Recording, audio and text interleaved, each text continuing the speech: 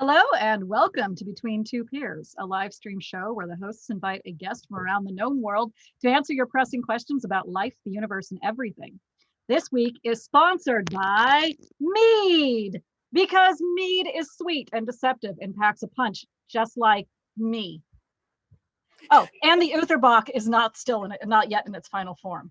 So my name is Tulia Alori. I'm a Laurel from the West Kingdom. I have been in the SCA since I was 15, and I am mumbledy years old now. So it's been a long time. I am a Laurel in costuming for a late period costuming, but now I only wear early period. So, somehow or another, I regressed in my path on the Laurel spectrum. I'm here tonight with my darling co-host, Sir Helga, who will do her introductions. I'm Sir Helga. I'm a knight and a pelican out of the West Kingdom. I've been playing a little over half my life and hoping that after COVID passes, we can all gather again so I can continue on this journey because the SCA is amazing and a rockin' place to be a part of. Tonight, we are spoiled to have our guest, the Plaurican. I can't say that, by the way. Like pluralican, like I can't like you're gonna have to fix that because I just botched it. Sir Dom from Atenveldt is here. Would you like to introduce yourself? Yeah, I'm Sir Domagnev Volkovich. I'm a Laurel, a Pelican, a knight. Started in the SCA about 2004, and most of the time I've been an Exchequer. I was Laureled for brewing and tablet weaving, and I was Laureled and Pelicaned on the same day, and then knighted 11 and a half months after that. Pretty rare. Yeah. Amusingly enough, I was there for all of them, I think. That's when I was traveling down to Atenveldt a lot. All right, so just a reminder for the drinking game. Drink whenever a host or guest uses a non-SCA name when referring to somebody else on the show. Drink when somebody says, before I was a peer, in my kingdom, or when I last reigned. Drink when somebody calls a soapbox, though normally our audience calls us on that. Yeah. And drink when somebody mentions spite sprinkles. So also, this is a reminder that you can submit questions live during the show. And if we have time, we will continue to answer more questions. So please feel free to submit those. If we don't get to them, we will just add them to our list. Also, hint, hint, add your SCA name on those. So we know we can attribute that question to you without your YouTube handle, because those are always weird. So with that, we're going to get on to the questions. All right. Are you guys ready? Yes? I'm ready. Okay. All right. So this one comes from Asa. If you could recreate one event from history, what would it be and why?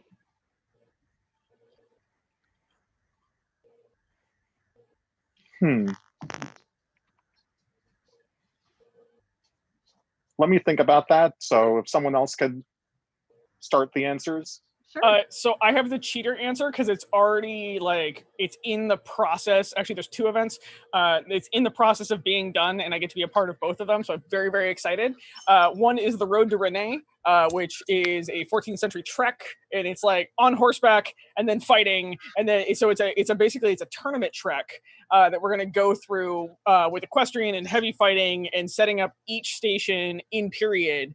And so we're going to try to get everybody as close to that period as possible without spoiling everybody else's fun.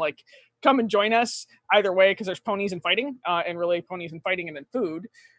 So there's that one, but it's like a mini version of you travel to the site, you get to fight. You travel to the next site, you get to fight. And so I'm very excited about this. And the second one is the perfectly period, plausible early period feast that is going to be going on in Wertha. It's getting bumped. It was supposed to be this year. It's now getting bumped.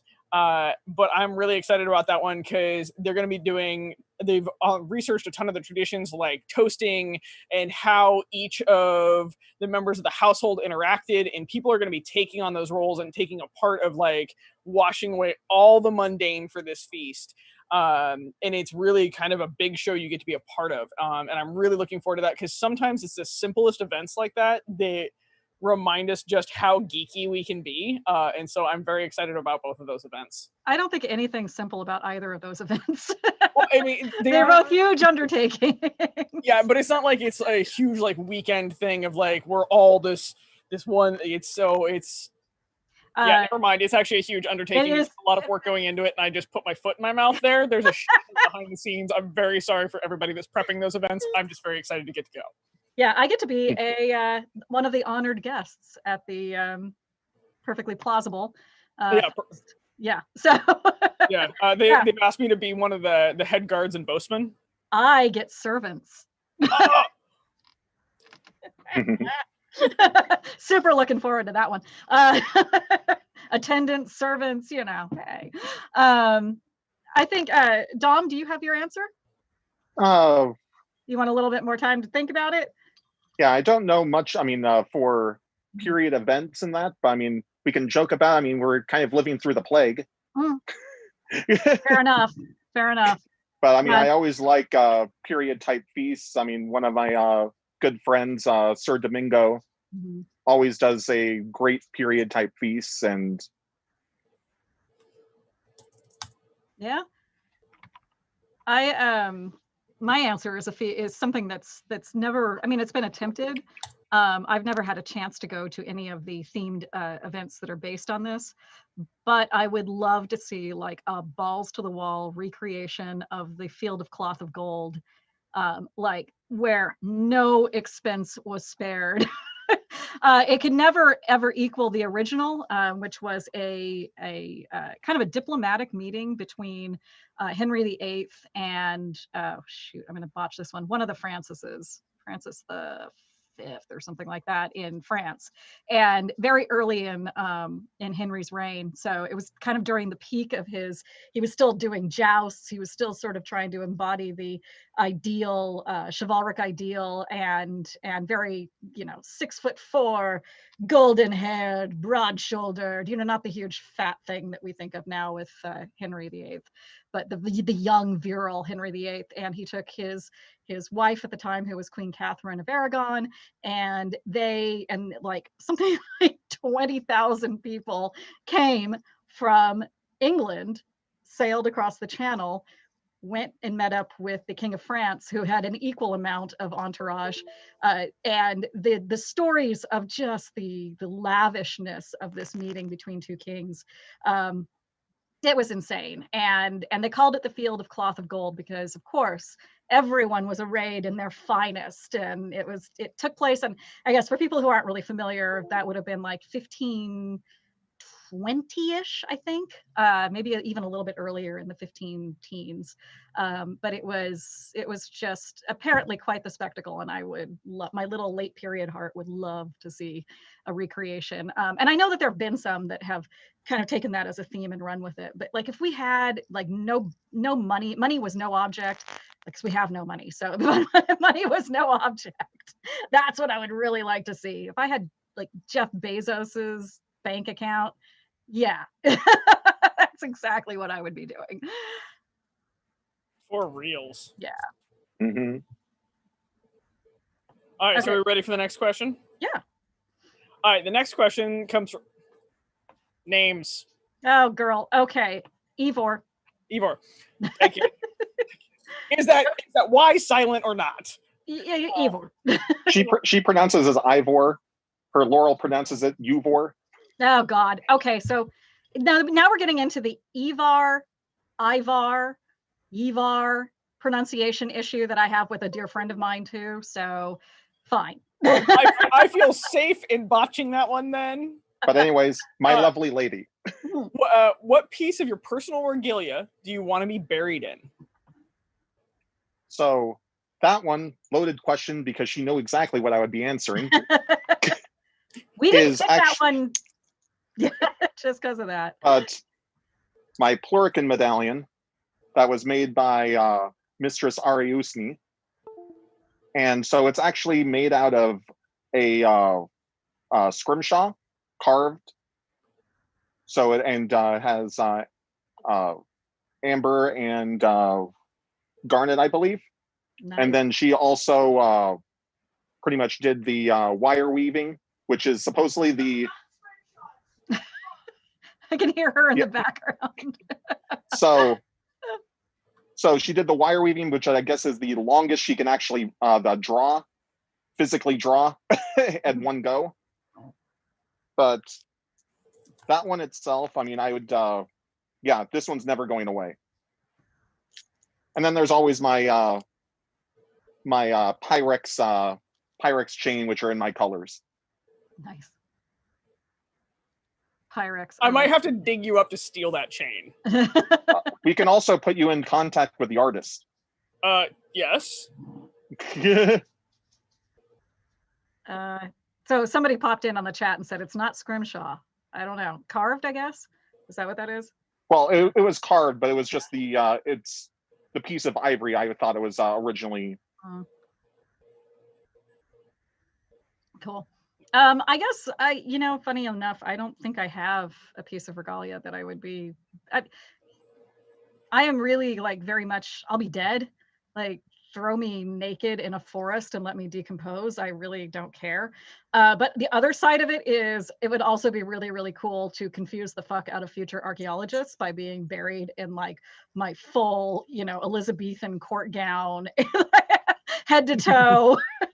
They dig me up and they're just like, what do we do about that? So for me, it's not really a piece of regalia, but it's more of just the idea of like maybe recreating a Viking burial or something with grave goods, and then just watching people's heads explode, 200 years, 300 years down the road. Like, what do we even do with this? Yeah. We had a couple of for their contemplation, they actually set up a for a Viking the grave the burial like photo shoot. Yeah, I've actually seen those, and I've wanted to do one. And one of these days, I've accumulated enough material culture to actually do one. Right now, I'm still in the acquisition phase, so you can always. Yes, please. Can we just all do that? Yeah. I was going to say, between you and and we probably actually have enough to do a photo set. Oh, I'm sure. Yeah, we could probably do a pretty respectable, several different classes even. Yeah. So I actually, most of my regalia I'd want given away, or like shared, because I think that there's a bunch of stories in there. I'm actually wearing the one piece that I can't take it off because it will just screw with my head wrap. But I got given a knight's chain by somebody that I respect very dearly that is made out of horseshoe nails. And both Phoebe and Hrothgar came and presented this to me at Estrella after I was knighted, and it's one of my favorite pieces of regalia because it is based around the fact that I am also an equestrian, and that like I have a new hashtag that knights ride horses, and it's really something that I feel is integral to who I am and how I became a knight, because it's part of how I train and everything else like that. So it's actually my favorite chain because it's a reminder. It's from two people that I hold in very high regard, but also it's a reminder of where I came from. So that's the piece that I would choose to be buried in. Cool. Awesome. All right, next question. This is the doozy. This is the third question.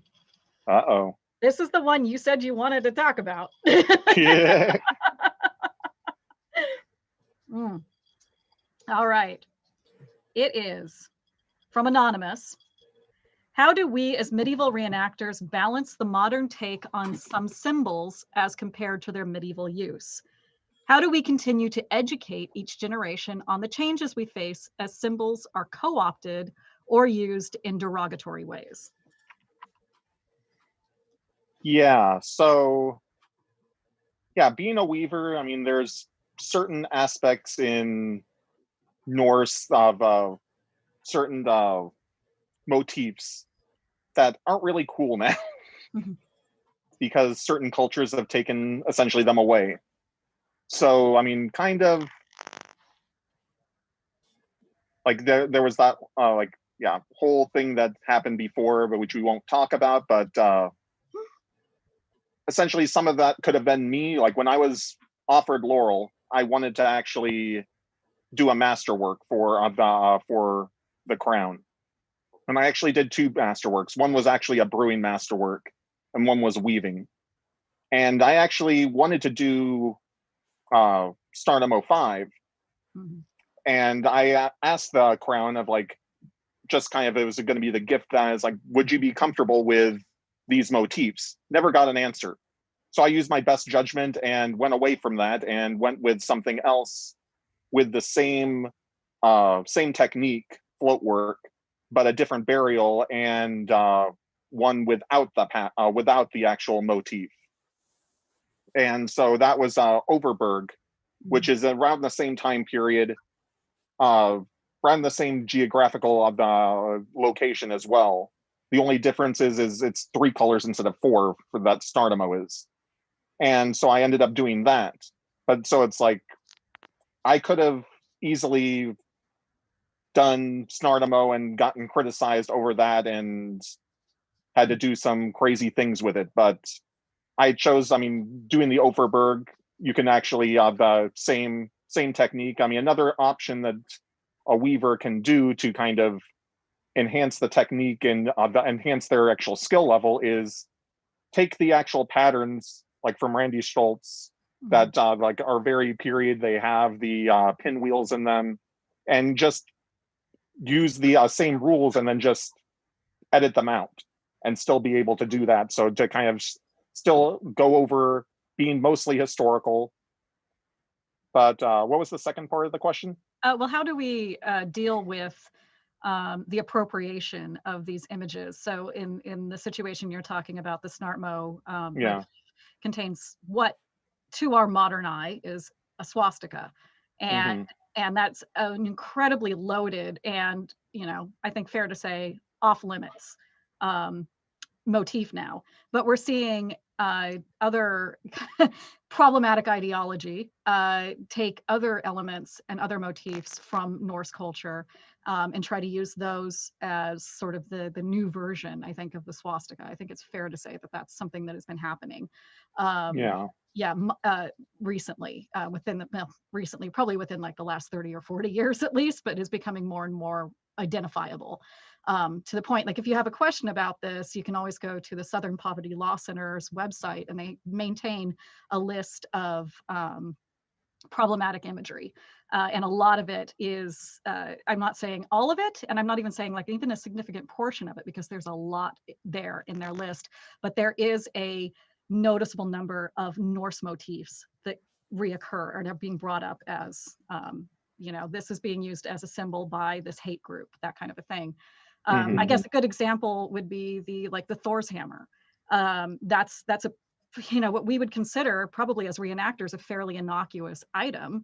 But outside of our reenactment group, it can become something that is very identifiable with, not so good people.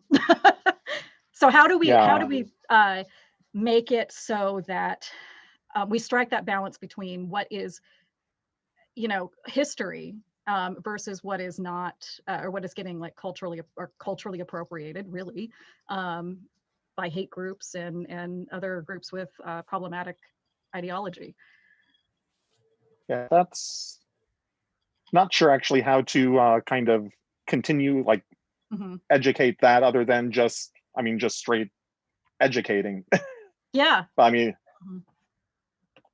It's like kind of like taking it back. It's the whole thing. Yeah, we can't take back the swastika, but kind of still moving forward for those other symbols like Thor's hammer. I'm not sure. If they continue going that line, we could lose that too, type thing. Yeah. Helga? So I have a really odd take on this one, actually. How do we as reenactors balance the modern take versus, the medieval take? Is one, there's some symbols we can't reclaim. They need to be dead to us. We can use them in our documentation and talk about them, but also we need to honor the fact that they have been co-opted literally over dead bodies. Modernly, what I think we need to do is educate real use. And so how do we continue to educate? And I'm going to speak to something that I did in this process because I was knighted right in the middle of the Me Too movement, and this actually relates. So I was knighted in the middle of the Me Too movement. There are no photos of me being buffeted. There's no video. There is no record of my buffet besides my memory and the memory of those that were there. So eventually it will fade in time. But we chose, in a meeting with the king and myself, we chose that path. Because right in the middle of a Me Too movement, a 6'6" guy slapping a 5'6" girl across the face can be taken out of context. And so what I think we as reenactors must remember is that while time is going on, we must remember the context modernly, even if in period. And this caused an uproar, by the way. Like, I had knights stand up in council. The first council I was in blew up over this. And I stood and talked about, it is my job to protect the society as a knight. It is my job as a knight to also protect my king in that process. And so I think that we as reenactors must remember that when we are using symbols, when we are doing that. How we fight the thievery of symbols, I believe, is by education. So we now have the modern idea of the Thor's hammer is being stolen.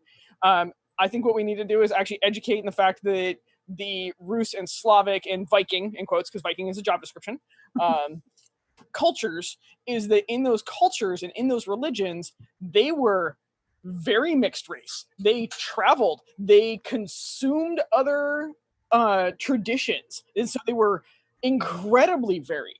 There is no white master race. Like, this is a fictitious story that has been made up over whitewashing history, and then that being co-opted through this movement of bullshittery. And so we as reenactors actually have to take the time to educate. It's just actually like cultural appropriation. This is appropriation of our symbols. And so the only way to fight that is through knowledge, patience, and understanding that occasionally we're going to get called things that we don't want to be. And the only way to do that is deal with it with grace and poise. And occasionally we're going to actually have to give up a symbol for a while. Like, if there's a point in time where it is so charged, like in the Me Too movement with being slapped, my buffet slapped, at that point in time, it would have been very bad. If I was getting knighted today, I think it could be done and the context would stay and everything else like that. But at that moment in time, it would have been taken out of context, and like, it could have had very large mundane consequences to somebody that I hold very dear. And so we have to remember that sometimes we must sacrifice in the short term so we can regain in the long term through the education process and through continuing to just take it back and be like, nope, you don't get this. Nope, you don't get this. And this is how this is done. Yeah. I think what I have to say is basically what these two both said. And I also do want to echo something that I'm reading the comments in the YouTube chat, and Kinhild had a really good point, which is, if you're ever unsure about a symbol or something, ask around, ask people and say, does this look a little iffy? Or I'm not sure, there's going to be somebody somewhere who will absolutely be able to tell you whether or not that is going to read wrong to somebody else. So asking for it and just being humble enough to accept an answer. And that's another part of it too, is we do get very attached to our symbols. I have a cross on my device. Yeah, so a Christian cross. And I am not Christian, but in my SCA world, when I was creating a symbol that I felt, symbolized medieval, like looked medieval, a cross, of course, is going to be like kind of the most medieval symbol you can get. And so when I started using that as my device, and I started to kind of encounter this, people who have been victimized by Christian ideology over the centuries, such as my Jewish friends, would say, this is, it's your choice, but this is imagery that I find kind of problematic. And I had to sit with that. And I still, I'm still kind of trying to like come to grips with a lot of that, the baggage that goes along with having a symbol that's a very identifiable symbol for a lot of pain and suffering in the world. And I see this happening with other, types of medieval imagery. Most of them tend to be kind of cross-based. You get this with like the Crusader cross and that sort of thing. You'll start to hear people say that even that's being appropriated by white supremacist groups. And so we do hold these like symbols to our that we identify with really strongly in the SCA, like that represents who I am, or that is what I choose to represent. Tulia Alori is a cross flurry. But outside of that, outside of this very small world that we live in, it could mean something completely different. And so having that ability to be humble and hear when somebody says like that imagery is hurtful, it's not, and they may come right out and just say like, you're fucked up for having that. And that's not the best way to come at somebody. But you have to have that certain amount of like ability to step back and not react with emotion when they're reacting with emotion. Mm-hmm. And then also, have that conversation, be willing to have the conversation with somebody, be willing to say, Pupper, yay. Yeah, so it's a hard balance to strike, the humility and the willingness to listen and the willingness to say, sometimes you've got to give up something. We've seen this happen in the SCA with all manner of imagery that is vaguely swastika-esque. And now that's all kind of becoming problematic, or has been questioned as being problematic. And so people get really, really angry on both sides of that argument. And we need to, again, just remember, try to be humble about this conversation. Yeah. This is one of the things that I wanted to bring. I didn't realize that I wanted to bring up, but we're all going to drink because this is going to be a soapbox. Is we have to remember that our society is very largely white, mm-hmm. And thus privileged. Like we are an extracurricular activity that turns into a lifestyle. And we have to remember that when somebody comes to us and says, and this is gonna go right off your humility thing, and I'm super glad that you brought that up. Is it if we are not humble, we are then acting privileged. Mm-hmm. And to remember our humility will make our society better, because the two sides of the swastika argument, like, just fucking give it up. I'm sorry, I'm gonna say it. Just give it up and move the fuck on. It's not free speech. It is literally damaging privilege that will continue to mark our society. Yeah. And until we're willing to occasionally pump the brakes, motherfuckers, and do this thing, we're going to continue to be white and privileged, when realistically our romantic ideas and the knightly virtues and the peer-like virtues say that we should pump the brakes and listen to the victims and listen to the people that this affects, so we can be better. And when we can do that, our society is going to flourish. Mm-hmm. So, sorry, I had my soapbox there. I'm going to drink to that. Thank you for reminding me. And oh my god, I love the pug. What's the pug's name? Rostus. What was it? So do your dogs? Rostus. Your dogs do treats? Yes. Okay, so have you seen the episodes where likes equal treats? Yeah. So likes for treats for your pugs? Sounds good to me. Awesome. So for every 10 likes, the puggo gets a treat. This is how we. So we're 28 currently, which means there's 2 treats in that puggo's future. Yeah, and there's actually 3 pugs. Oh. Okay, so you can split this up. So we just need more likes, because that's going to equal more pug treats. All right. So ready to go to the next question? Yeah, let's do this. Does anybody else have more on this one? Swastikas they're dead. It's dead to us. We got to let that one go. So, yeah, it's hard you can't just take that back. So no. Yeah. Okay, so the next question comes from Anonymous. What's your favorite element of the Fringe SCA that you would bring to Eric culture? So Eric culture, Eric is the West Kingdom term for the Listfield culture. Yep. So clearly a Westie submitted this. Or mainstream. It's kind of like the mainstream SCA culture. Mm-hmm. So, yeah. So I actually started in somewhat a Fringe household. Mhm. Yeah, I was pretty much, I started off in the College of St. Felix and the Seneschal. I was pretty much conscripted as the Exchequer because she turned to me and it's like, you're good in math. And then later on, we ended up joining her household, which was the Celestial Badger pirate household. Celestial Badger, I like that. And yeah, I mean, it was kind of, I mean, we had fun. I mean,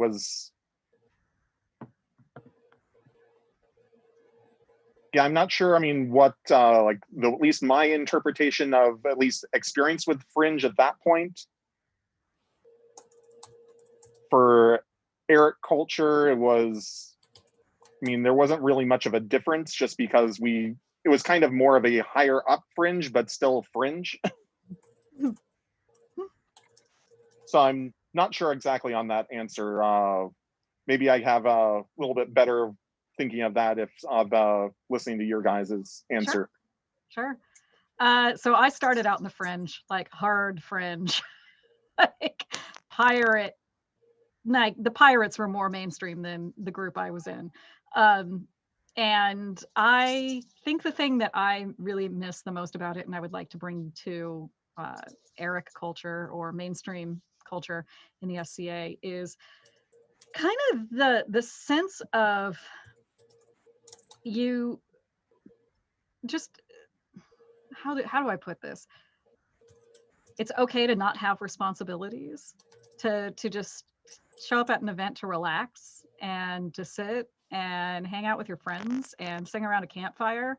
And you don't have to be running around like a chicken with your head cut off, doing all the things and being everywhere all the time. It's okay to take a little time for yourself. And that's part I definitely miss about not having responsibilities. But you know, the more the more you get into the establishment, the more you become the man. The more peerages you get, it just takes one peerage really, the more responsibilities and the harder it gets to just, you know, show up at an event with your pup tent and, you know, set up in a shady spot of the site, because it's usually around the edges of the site is where all the trees are.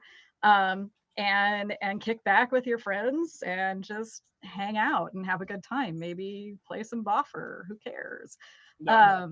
Yeah, that's what I miss, and that's what I wish I could kind of bring into the mainstream culture. But it is one of those things that, like, you get older, you get more responsibility, and it's harder. So We're at pug number 2. yeah. I just want to know pug number 2. This is Liza. Hi, Liza. You got an underbite. They both have fangs. They're the Rostas and Liza are the elders. They're 13. Oh, They're so. But yeah, no. So yeah, going on your answer, yeah, I understand. That's pretty much what would be my answer. But I was like, I kind of have found that balance. So therefore, I already technically do that. Is like, I mean, I have times we can relax and just not have responsibility. So I have a little bit of a twist for you then, because if you've already found that, how are you teaching your students to embody that? good question. Yes. So right now I actually only have one student, man-at-arms, that I took at Estrella, that now we have no fighting since Estrella. So yeah. That was the last time. The general populace, like, how are you bringing that to your kingdom is the question, because like if that's something that you embody, especially as a multiple level peer, then how are you teaching that? Gotcha. So for that,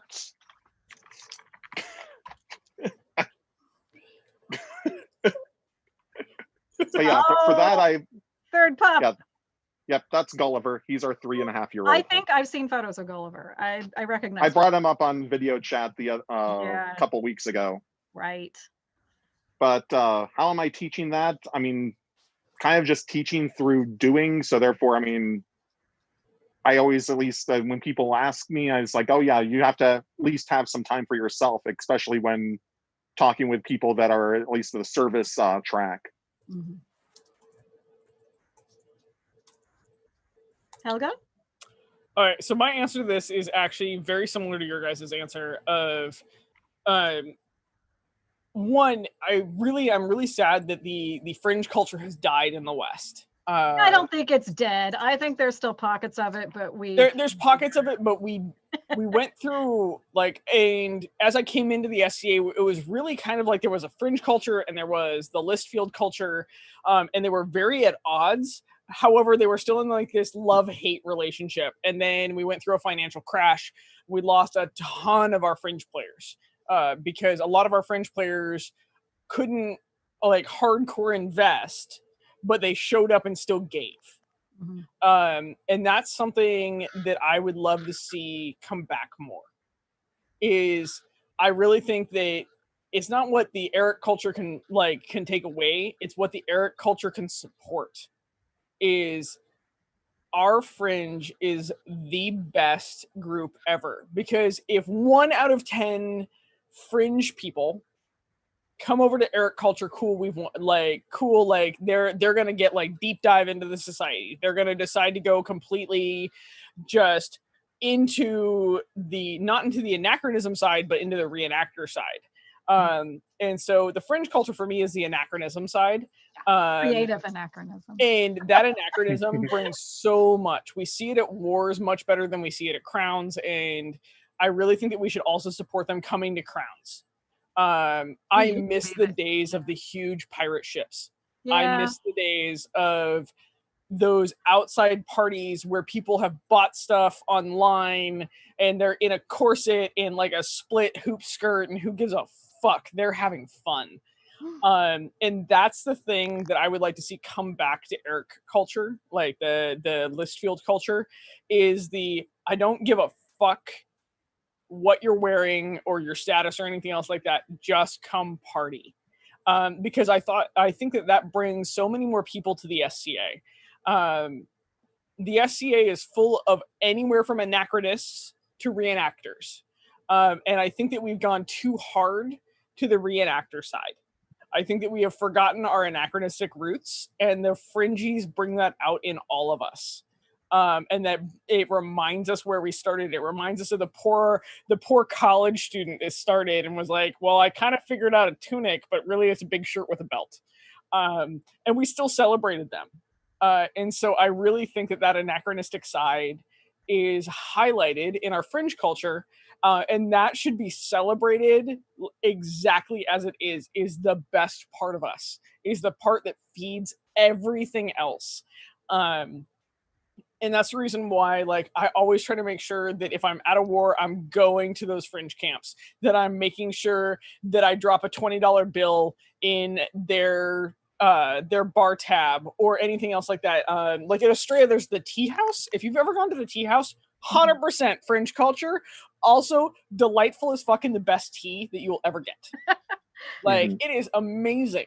And I really think that us as Eric culture needs to reverse this. We need to go out into their culture and into those fringe camps and spend time and realize that these are the people, they pay the same gate fee we do. They, they'll be on the war field. Like, we may not see them around the crown, Eric, but I don't give a fuck. And so realistically, like, I think they're actually the best part of us, because they have not lost the Stardust. They have not lost that idea of like, I'm here having fun in costume and partying away. And as both of you guys said, they're not running from job to job to job. They're running from like, cool, I got this done, so we can all go party. Yeah. I think that, oh, sorry, Dom, if you want to go. No, go ahead. Okay. I was just going to say that I also feel a little, and it's going to come out sounding weird, I feel a little sorry for the new people that come to the SCA and fall immediately into a mainstream, household in the SCA where duties, you've got to do your duties. Everybody's got to have a job. Everybody's scrambling constantly. And then like in the first year, they're, suddenly they're seneschal of their barony or something. And I always kind of feel like, oh, you never got to just ease into this. You never got to have the fun part of the SCA, which is the the sloughing off of modernity, of responsibility, of just going and hanging out with your friends and kicking back with a beer in the shade. You have to just dive right in. And some people really that's what they want. That's perfect for them. But a lot of times I'll get to talking with people in the first couple of years in their SCA experience, and then I'll think that they will be I think that they've been in for several years at this point, and I come to find out that this is like their second year in the SCA, and they're already Exchequer, Seneschal, or running for Baron or something like that. And I'm just like, oh my God. And they're stressed, and they look it, and they're just like, is this fun? This is fun, right? This is super fun. And I'm like, oh baby. I want to take them out. I want to just come with me to this ragtag group of people off on the edges of the event, and here's your beer, sit down, just breathe a little. This is how you can also do SCA, and this is okay too.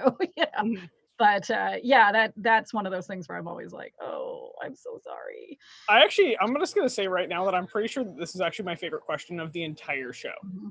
Like out of 50, like we have 50 content hours, this is possibly my favorite question so far, because I really think that as Tulia has just said, I almost dropped a mundane name. And this counts as a soapbox, so everybody drink, is we as anachronists must remember the fun. Like, even as recreationists, we must remember the fun, and don't ever shit on those that are out there in polyester and like showing their corsets. I don't give a fuck. They're actually the life of the party. Yeah, no, it's like, I mean, for like my household, Roffenheim, we're very, very reenactment type of the household, but we still have fun. I mean, we still promote that. We pretty much, people come to our camp to have fun. I mean, like a lot of my job in camp is hospitality. I brew 50 gallons of beer for like Estrella. And it's not just like period brews. I mean, like this last Estrella, I had an oatmeal stout. That was really good. That was super, super good. More of that. I've done s'mores milk stout. I mean, I've done a bunch of just like weird flavors just for mixing, and it's just, I mean, having fun. People come there. I mean, we celebrate them. They show up. I mean, yeah, we could be scary, so people might not show up right away. But I mean, if people bring them into our camp, we pretty much embrace them with open arms. We have the fire. We have a mead circle usually every night that we just pass the mead around and shoot the shit and tell stories. Skaldic nights, like once a war. I actually went to my first Roffenheim shindig at I've met a bunch of you guys just kind of over the years individually, but never actually gone to an actual proper thing at Estrella. And you guys hosted the vow renewal for Maggie and Stott. And yes, I know I used their mundane names. Drink. Okay. But I was just like, it's an amazing camp. Like, just stunningly beautiful, everything historically accurate to the nines, and everybody's just so sweet and so kind. And here, have you tasted this delicious beverage? Okay, how about this delicious beverage? And just before long, you're just basically like in this like beautiful swirl of a alcoholic buzz with storytelling and fire and like laughter and singing, and it's just this experience, multi-sensory experience that it was the highlight of my war. Probably, and that's essentially and that's essentially what I was actually like referring to, is I've kind of found the balance of like last Estrella, I was still deputy war exchequer, but in the past I've been Estrella war exchequer, which that's a fun balance. Wake up in the morning, do a cash count, come back, get an armor, go fight, get out of armor, take a shower, do another cash count, do a bank deposit, come back, eat, then do another cash count, then I can drink for the rest of the night. Yeah. So somebody but then the drinking for the end of the night is essentially what keeps me going. So someone in the comments mentioned that, I think this is me extrapolating a little bit on the comment that was left, but basically that oftentimes we use the term fringy in a derogatory way. I'm all about reclaiming it. I'm all about saying it's not something to feel ashamed about. It's not something to shit on somebody over. Being a fringy, being like, I was a fringy. And I have to say I was a fringy because I'm no longer, like, I'm mainstream. I'm the man. Like, that's where I am right now. I'm the man.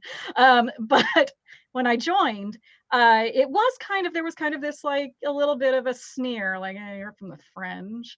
And I decided to take it as a badge of honor, like, fuck yes, I'm from the fringe. What do you, my membership dues are worth as much as yours.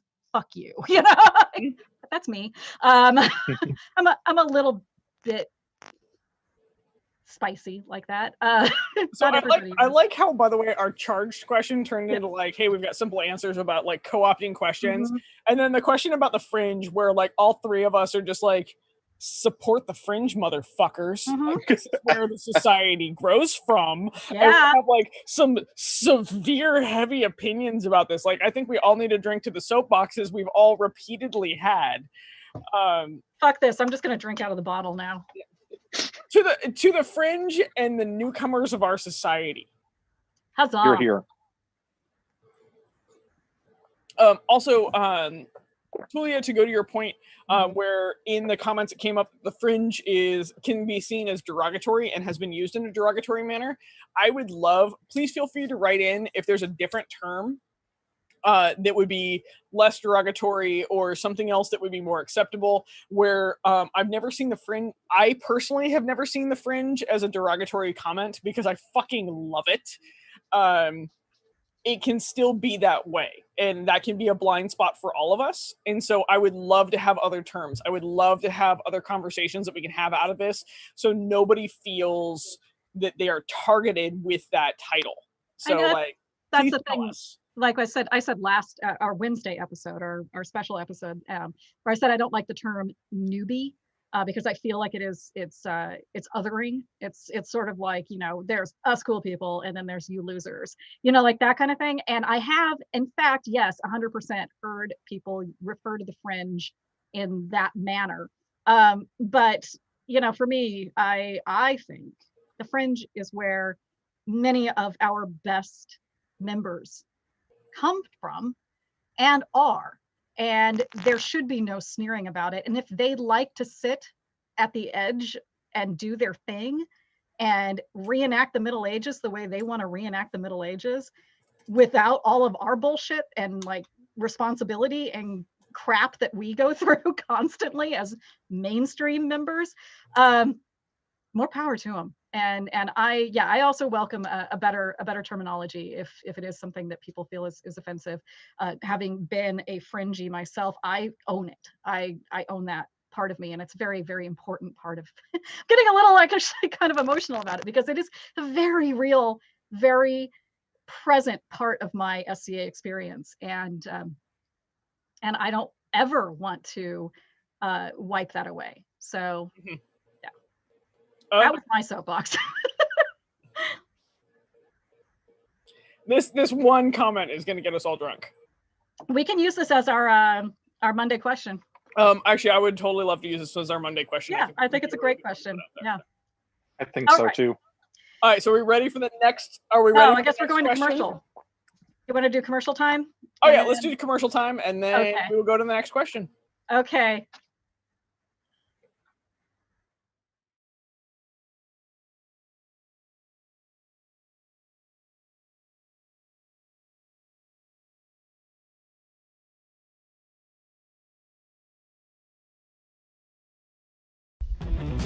In a society based on living a dream, we deliver items and goodies that help you on your way. We specialize in some of the more artistic interpretations based on early period crafts, but we still throw in the mystical and unique arts. Much of what we sell is created by us, and we sell cool things, and if you can't find it, we'll do our best to get it. Besides having some of the coolest stuff around, Wolfblood is a freelance artist who operates a graphic shop that prints t-shirts and embroidery. We may not have what you need, but we have what you want. We specialize in the unique.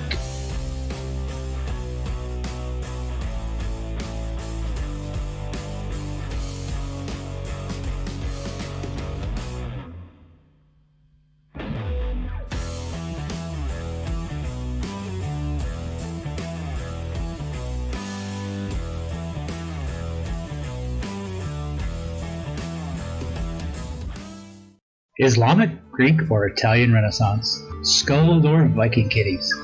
We're devoted to creating unique pieces of historically inspired ceramic art, a touch of the unique you can use all the time.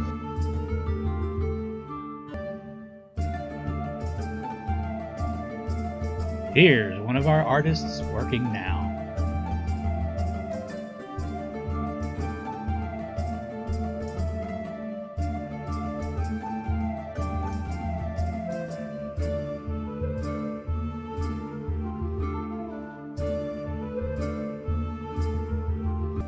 Hand-thrown, hand-painted, yet safe for food, dishwasher, microwave, and oven. Rennick Tane, which is Gaelic for start fire in reference to the heat of the kilns, the mother-daughter team with 6 degrees and a myriad of art awards between them, and a healthy amount of humor to bring it all together.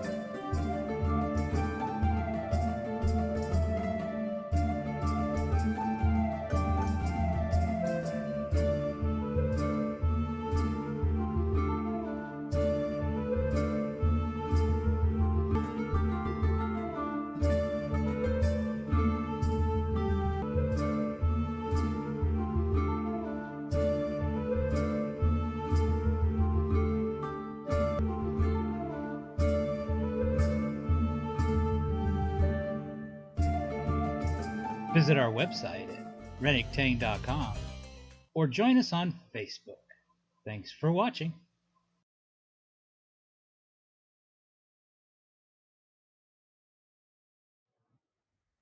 So we're live again. We're still missing a co-host, but the Lady of the Lake has shown up. Uh-oh. Tacos! I'm just going to put this close to the camera.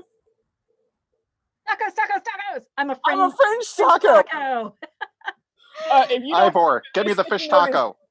This sticky note is going to be saved and put on the wall of the Lady of the Lake. I like it. Oh, another sticky note. Oh, this is a good one. Are we ready for the Lady of the Lake question? I'm ready. My body is ready. She's throwing Fish down. taco! Oh my God, that's amazing. Where did you get that? Bark box. I'm sorry, Lady of the Lake, do you see this? Fish taco. That is a dog toy that is a fish taco, so I'm betting it squeaks. No? I'm sorry, BarkBox, I can guarantee all of their HR and all of their... Okay, so I'm just going to speak to the camera now. The Lady of the Lake is currently splashing next to me, so she can hear me. BarkBox, if you haven't followed their shenanigans, BarkBox 100%, all of their HR and all of their toy development department are fucking dirty as hell. And it is part of their marketing campaign because they made the sausage holder. So another interesting toy from BarkBox is the Kraken. And so when our dog first actually ripped apart the Kraken, the squeaker inside the Kraken is actually a mini Viking squirrel. So it's a toy within a toy. That's perfect. That's genius. I kind of real. want to subscribe to them. BarkBox is worth a subscription. If I can say that one. All right, so from the Lady of the Lake, who is throwing down tonight. Uh-oh. Favorite pandemic outfit? Yours or the people of Walmart? That's amazing. Favorite pandemic outfit? Yep. I don't know. Favorite pandemic outfit, Dom? Nakedness. Yeah, I was gonna say, like, I literally yes. I mean, my pandemic outfits. And so I was joking actually the other night with Helga, and I think I was telling your husband, Helga, that half the reason why I wanted to start doing between two piers is mainly so I would have an excuse to take a shower, do my makeup, and put real clothes on once a week. Otherwise, I would just look like a swamp witch in stained pajamas. That would literally be what so yeah, I'm normally just in stained pajamas with no makeup. My hair like hasn't been brushed in like 4 days, and it's all tied up here in a big knot and rat's nest. So that's my favorite pandemic outfit. Yeah. I'm gonna go with amusingly enough tonight this. Well, because you're rocking the boobs, that's why. Yeah, I was about to say I am rocking the motherfucker. I want to see how that how your tunic is actually cut underneath. Is it just a low V? It's just slit down. I would like to know that this under tunic is cut to my navel. Oh, it's one of the ones where the nursing ones, it's right? So yes. Right now, so we're gonna have a moment. So when one of my dear friends, Rox, passed, her and I were the same size, and so my friend Liam was kind enough that all of her garb that fit me then became mine. And so this is one of her nursing tunics that is not with the nursing Viking dress, because the Viking dress for the nursing is like there is a thing that goes right here, and that's fucking it. And so I am not prepared to be that exposed. But Rox's stuff all fit me, and so it gave it a second life. But I have 4 or 5 undertunics for either my Slavic or my Viking apron dresses that are literally like, if I took this off, it is cut to my navel and fitted. Like, she made garb that was insane. She was so good. Like everything I've ever seen of hers is just. Well, I'll stand up for a second. Like, this is like legit. You need to sing her praises. Her finishing, just insane. She did so much of the extra little bits to make all this. So like all this under tunic, every seam is finished. Every little bit is finished. And so I am very spoiled in the fact that when I need to go digging through my garb and I feel like being chesty, I can just wear Rox's stuff. Yeah. And then I feel like a goddess in it because she absolutely made stuff that strangely fits me like it was made for me. And so this is kind of actually my way of honoring her and honoring who she was. I get to be spoiled and wear her stuff and feel like a rock star in it, because every time she was in it, she was a fucking rock star. Yep. And so the pandemic has given me a way to explore a little bit of my femininity. That word is like it's terrible. Like, especially with mead. Femininity. And I'm very spoiled to have her stuff here, so I can do that at the same time. Because when I was originally gifted it, I wore the stuff that was like not the hey, look, I have cleavage. It was the like cut to here, like cut to just below my collarbone. And this is my anachronism. I realize that this is my anachronism. Like, me having a chest like this is 100% my like fringy culture of like. You brought up a really good point, actually. Something that I was thinking about today as I was getting ready for the show is, I used to be somebody who was very much into authenticity, like to the fucking like stepped out of a portrait look. And fine, my bread and butter, I got Laurel because of it. It was great. It was wonderful while it lasted. I increasingly, though, as I've gotten older, been unable to wear late period clothing and suffer in the California heat. And so I've had to modify a lot of stuff and kind of step away from the hardcore authenticity line, which, maybe that makes me a shitty Laurel. I'm not entirely sure. Take it away from me. I dare you. What are you going to do? Take away my birthday and my Laurel? Okay, cool.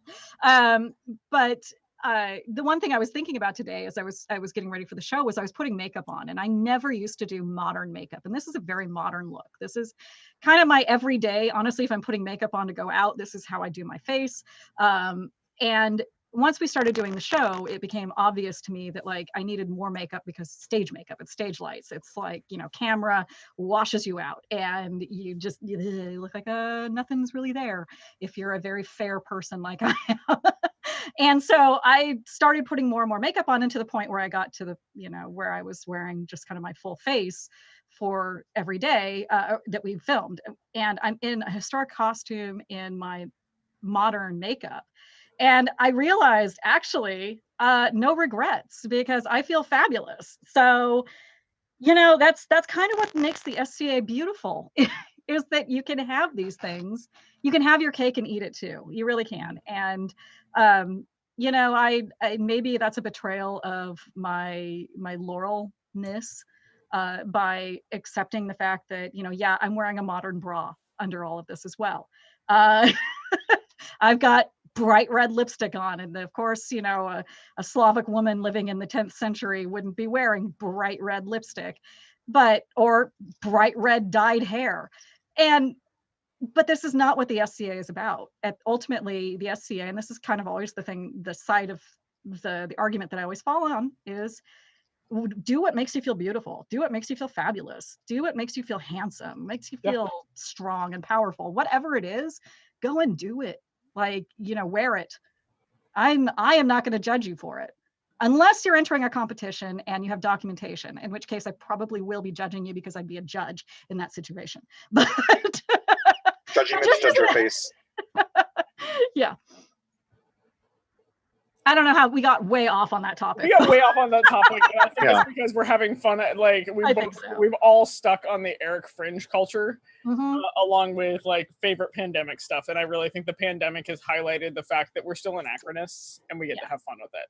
Yeah. It's like to go off of like what Yanka was saying in the chat is my also along with favorite pandemic outfit being is I get to do less. We do less laundry because I get to wear my workout clothes to work.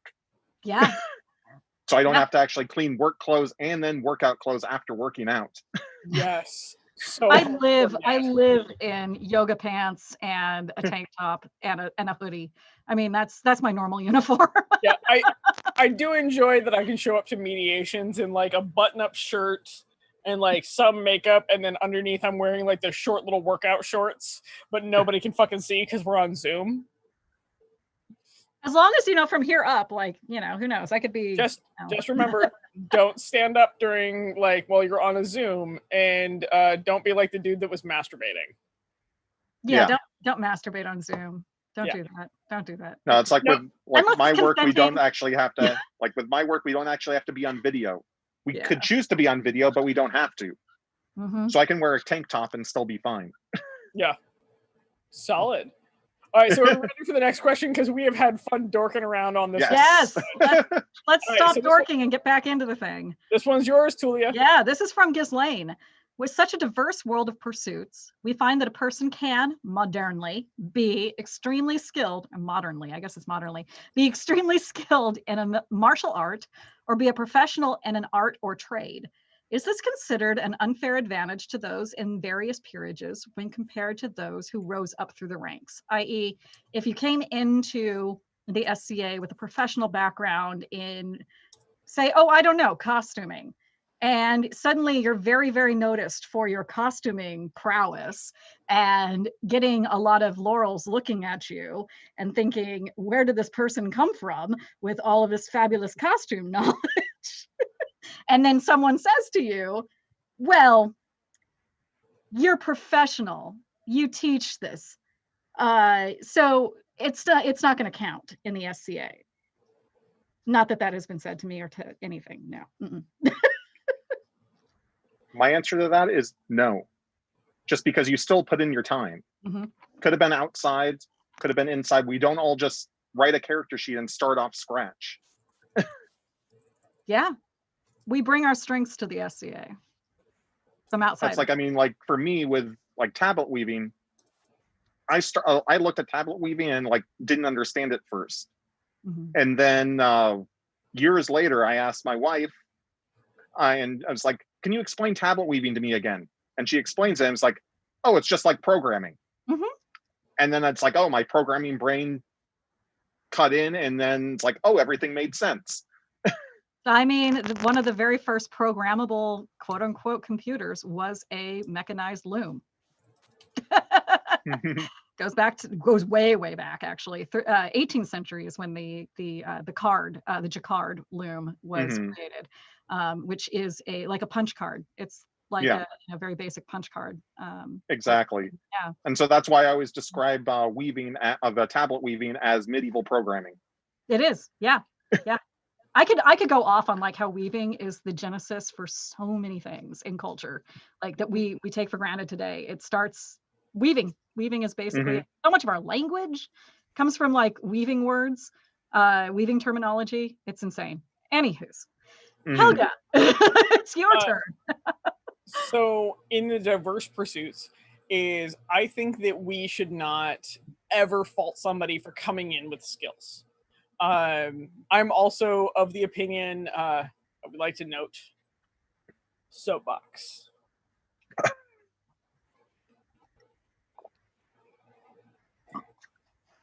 That being good at what you do and being a peer is different.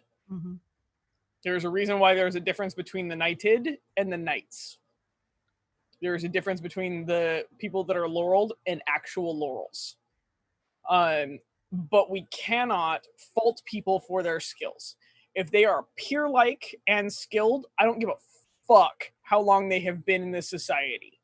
And one of the things that we have to stop doing is a very toxic thing that occurs is we say, oh, you haven't been in long enough. Oh, yeah. Instead of telling them, we don't feel that you have developed into a peer. You don't understand the peer-like qualities yet. You don't understand what it is to foster your art.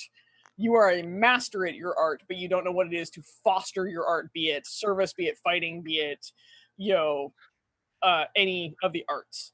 And that's part of the thing that I feel is a part of peerage. And we lack that language. Like, I feel that the peerages overall, all the current peerages lack the ability to articulate, well, you are very good, you are not a peer yet. And this is what you need to become a peer so you can foster the society. And so I do not think for a moment, if a person comes in at a year and they carry all the peer-like qualities and everything else like that, fuck yes. Laurel them, knight them, pell them, mod them. I don't give a fuck. Do it. Don't hold them back because of how long they've been in the society. But be able to articulate if they are not being given that award and why. Because that way they can continue to grow and learn. Because that person has come in already as a master of their trade. They already understand that trade. They may not understand being a peer yet. And I can guarantee that those people probably come in at much more humble than most people that have been raised in this society.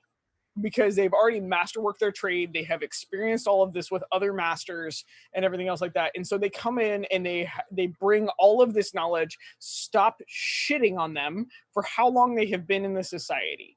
Stop telling people you're too young to be this thing. Fuck you. Do they have peer-like qualities? And do they have the ability to like embody that peerage? Then great. Put that peerage on them and help them inspire the next generation. But in all of that, here's my but.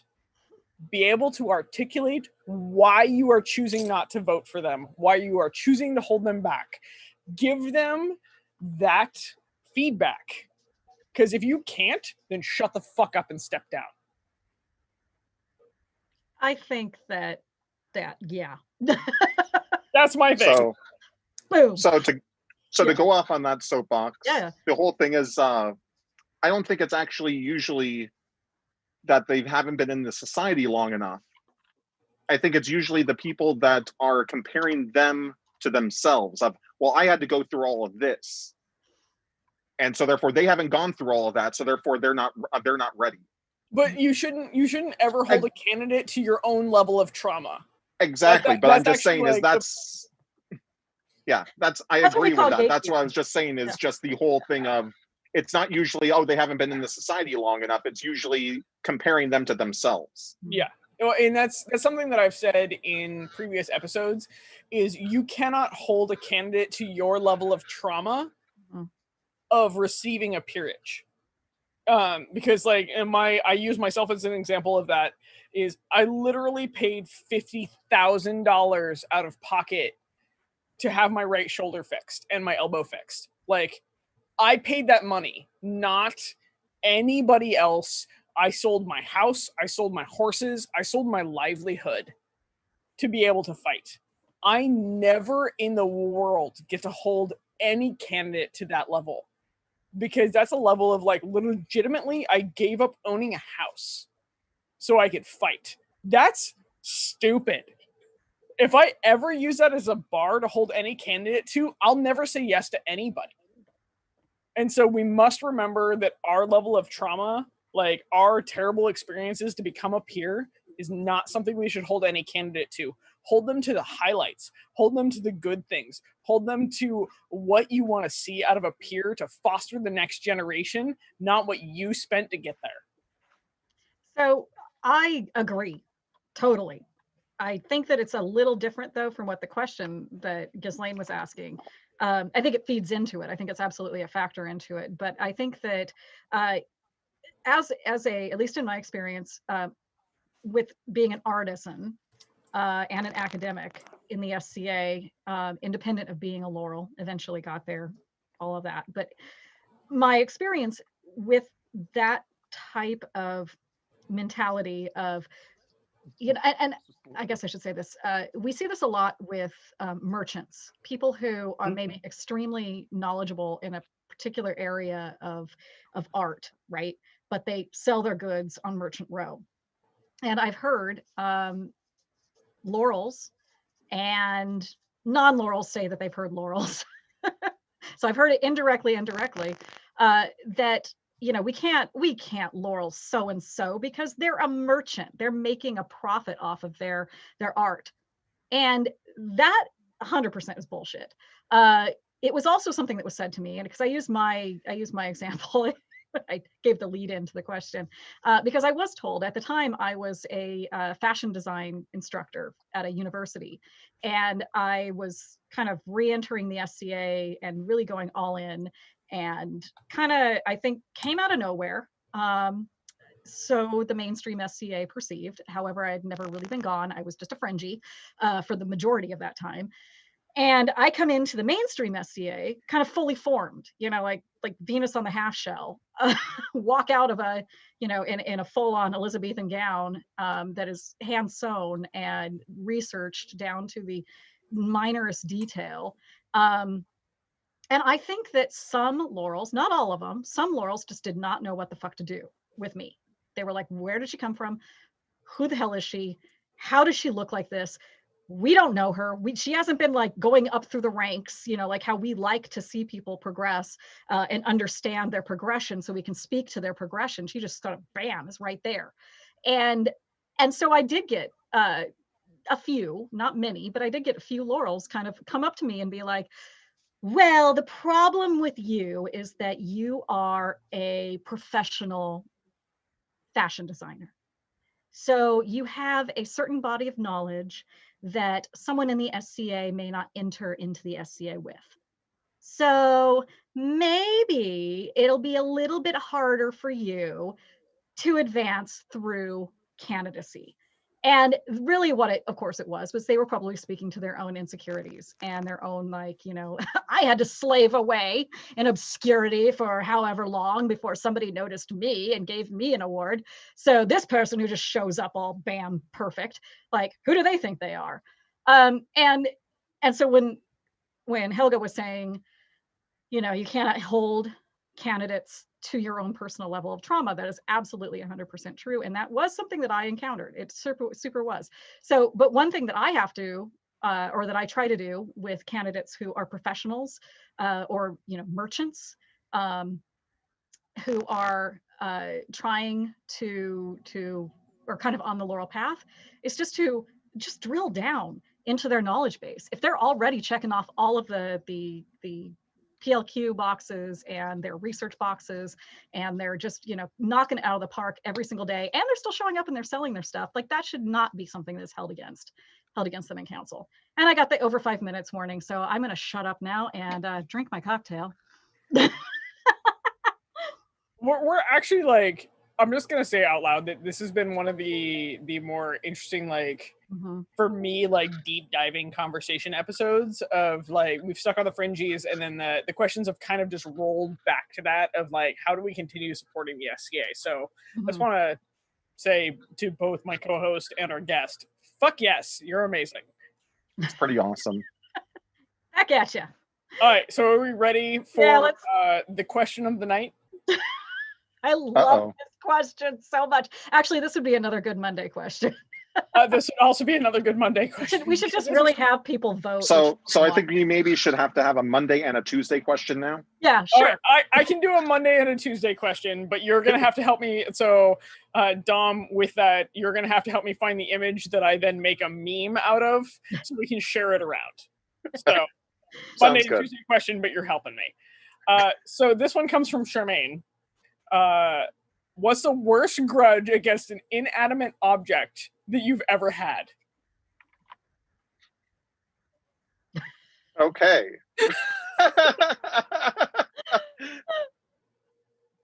Inanimate object. I've had to actually put my loom to sleep once. Like a chokehold or like what? Both that, because it wasn't cooperating with me, and then having to actually just put it in the other room and cover it with a blanket and put it to bed. You're like, shh, shh, shh. It's like, oh, I just kept on making mistake after mistake. I'm just like, it can't be me. It has to be the loom. Yeah. It's for sure the loom. Yeah, it's not you, not sleep deprived, hyper caffeinated you. No, it's not you. Not at all. Yeah, there's definitely the timeout corner in my basement in my workshop. There's the naughty timeout corner where clothes get thrown because they've been assholes. And then there's always like one early on in my brewing when I was still figuring things out and had a bad brew that we bottled, and that was like one of the first times I actually bottled beer. And it went bad, and then we didn't actually empty the bottles right away. And so therefore it's like my wife Eyvor had a very, very bad experience with that, because I was at work and I was like, oh, we need to empty these bottles, and she goes empties them in the back and one explodes in her hand. Ooh. That's bad. Yeah, that's asshole. Yes. That's an asshole bottle. Yeah, the other bottles actually just like exhibited like Old Faithful, opening and just like shooting 30 feet in the air. Oh God. Yeah. My answer initially actually was funny because my initial answer had nothing to do with my art. I've had sewing machines that I have had just cussed a blue streak. Like I probably summoned some minor demons in my day while sewing. But the one inanimate object that I fucking hate this thing to this day, and it's been 25 years since I've even touched the damn thing, and I still hate it, and I'm sure it hates me, is my sister's high school car was a 1969 Bug, a VW Beetle. And that thing fucking hated me. My sister could drive it, no problem. No problem whatsoever. VW Bugs were fucking magic. You either had it or you didn't. This one, it was specifically hated me. I was the only person in the family that it would be like, no, you think you're gonna drive me? No. It was, so number one, okay, so anyone who's never driven like a 1960s clutch, who is not super confident in driving a clutch. I didn't realize actually that driving stick was really easy until I started driving modern cars that were stick. because this goddamn bug traumatized me so hard. So it has a really, really high and stiff clutch. And you've got to smash that damn thing down to the fucking floorboard before it will even consider changing gears. And you're short, right? You're 4'11", and you're in a car that, while is small, is actually made for a man who is 6'2". So you have to kind of stand up on your seat every time you want to shift the fucking thing and just mash it all the way down and hope to God you can get the gear, right?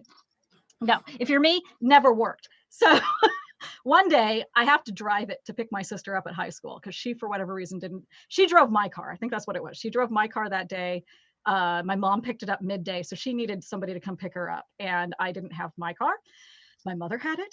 So I drove the fucking bug to pick her up at high school, and I took a wrong turn because I'm so stressed out driving this dumb thing that even though I can get to high school, no problem, I take a wrong turn and I end up on a dead end street and I can't find reverse in the fucking thing to make like a 3-point turn to get out of the cul-de-sac that I'm in to, get back on. I had the world's worst meltdown, panic attack, trying to figure out where reverse is. Because also, fun fact about these cars, reverse isn't like down and, kind of down and to the left. It is down, around, and sort of somewhere else in another dimension. And I couldn't get the damn thing. So there's like 19-year-old me freaking out and literally in tears. And this nice man who was walking his dog happens to come upon me, stalled the damn car, and sees me crying at the end of this cul-de-sac. And he's like, "Can I help you?" And I'm like, "Can you get this car the other direction so I could just drive it?" And he did. And I'm sure the whole time he's just sitting there like, Jesus Christ. But that fucking car, I hate you. I hate you. I hate you. I still hate you. I curse you. I curse your name. I curse your children. But yeah, fuck that car. So to go off of actually what Eyvor, my lovely lady, reminded me is the tart berry mead that you have, Helga, and that I'm drinking as well, actually had a story along with those lines that like summoned a demon. So the first night it was fermenting, I'm sleeping, and there was a big boom. I slept through it. Eyvor woke up, and because it was like about 6 a.m. She was getting up for work, and she realized, it's like, what the hell was that? And goes over there, and the fermentation bucket, a lid, was all the way on the other side of the room. It essentially blew its top, hit the top of the ceiling, ricocheted off the ceiling, and hit all the way over the other side of the room, which is like 15, 20 feet away. And so therefore, it's like, it actually left a nice stain on our ceiling that we didn't actually clean for like a year and a half later when our house cleaner cleaned it. She was just like, "Do you want me to clean this?" But yeah, I had to pretty much, I got woken up early that morning. I'm just like, what happened? And then I had to go figure out what I was going to do. And I separated into 2 buckets and then used other yeast to make sure that there was enough yeast in both. So I have to ask you, like, what proof is this mead that I'm currently drinking? And I'm like 2 cups in, and I'm like, I need to slow down. 17%. Oh. It's 17%. It's only traditional is about 15. Yeah. It's strong. It's strong. Yeah. Helga, what is your answer to this question? So I have a love-hate relationship with a 100-year-old saddle. Amusingly enough. So my friend, like, to give it a little bit of background, my friend was moving out of house and put both her saddles up for sale for like $50. And I was just like, fuck you, give me both those saddles. And one of the saddles fits me perfectly. Like, I sit in it and I'm like, this is home. However, this saddle is over 100 years old. So it's built for conformation on a horse that's over 100 years old. We don't breed horses this same way anymore. And so this saddle fits like 1 out of 10 horses. Fits me. Perfect. Fits 1 out of fucking 10 horses. If that. Any horse that I have bought never fit this saddle. And so I have a love-hate relationship with an inanimate object that is literally like the perfect saddle, but it's built for like 100 years ago. And so eventually I'll probably sell this saddle as like a collector's item, even though it is like still in usable shape. Like I used to break colts in this saddle all the time. And so I love this saddle. I also fucking hate it because it's not in the current, like it would fit a medieval horse like a glove. Like medieval, like how medieval horses were built, this saddle would fit. Proof that we have bred a significantly different type of horse in the last 100 years. we have. And so where I love this thing, I also fucking hate it because it's a heartbreaker every time I like buy a horse and I put the saddle on the horse and I'm like, nope. Nope, back into the tack shed with you. And it's one of those things where it's like, it's a fucking relic that is also beautifully constructed. It's like if you pick up the perfect set of gauntlets that don't fit your hands. And you're like, I can't get rid of these because they're the perfect set of gauntlets, but they also don't fit me. Which is bullshit. So yeah, that's my love-hate relationship. We got a question actually about the yeast that you use to get 17%. Dom, if you would care to speak to that. So that one is a pretty much, it's a close yeast. So therefore, I mean, it pretty much maxes out at about 17%. It's a wine yeast that's mainly for like red wines. So it's nice. It accentuates the actual berryness of the tart berry. I use it for my cherry meads as well, and it also adds a little pepperiness to the actual fermented brew. Awesome. It's like magic chemistry. Yeah, no, that's like for any mead, I pick my yeast to accentuate the actual what I actually want. Mm-hmm. So I play along a lot with dry yeast, dry wine yeast. So like for the traditional mead that you are drinking was more of a just kind of generic mead, generic yeast, just to kind of accentuate just the actual honey flavor. Yeah, that's super tasty. So. All right. So I need everybody to say goodnight to the Pocket Viking because the Pocket Viking is currently my favorite person. Who is Pocket Viking? The Pocket Viking is my friend's daughter who watches the show until it gets rated R and then she goes to bed. Oh, well, wait, it hasn't been rated R yet? Nope. But she knows all of us by name and knows a bunch of our guests. And so everybody just should say goodnight to the Pocket Viking. Good night, because she's going to bed because we're about to go downhill. Oh God, you're right. Actually, we are probably going to go downhill. We've been in a slow and consistent slide. All right, we ready for the next question? Yes, we sure are. So this one's from Neo. When was the first time you came to the realization that you were someone's hero? Also, what the heck did you do?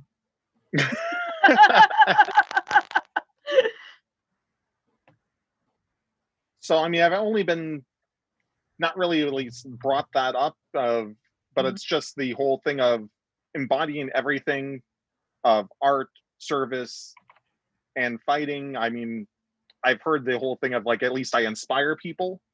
So kind of just doing everything and balancing everything at once. Because I mean, like when I was I was really just aiming for knighthood.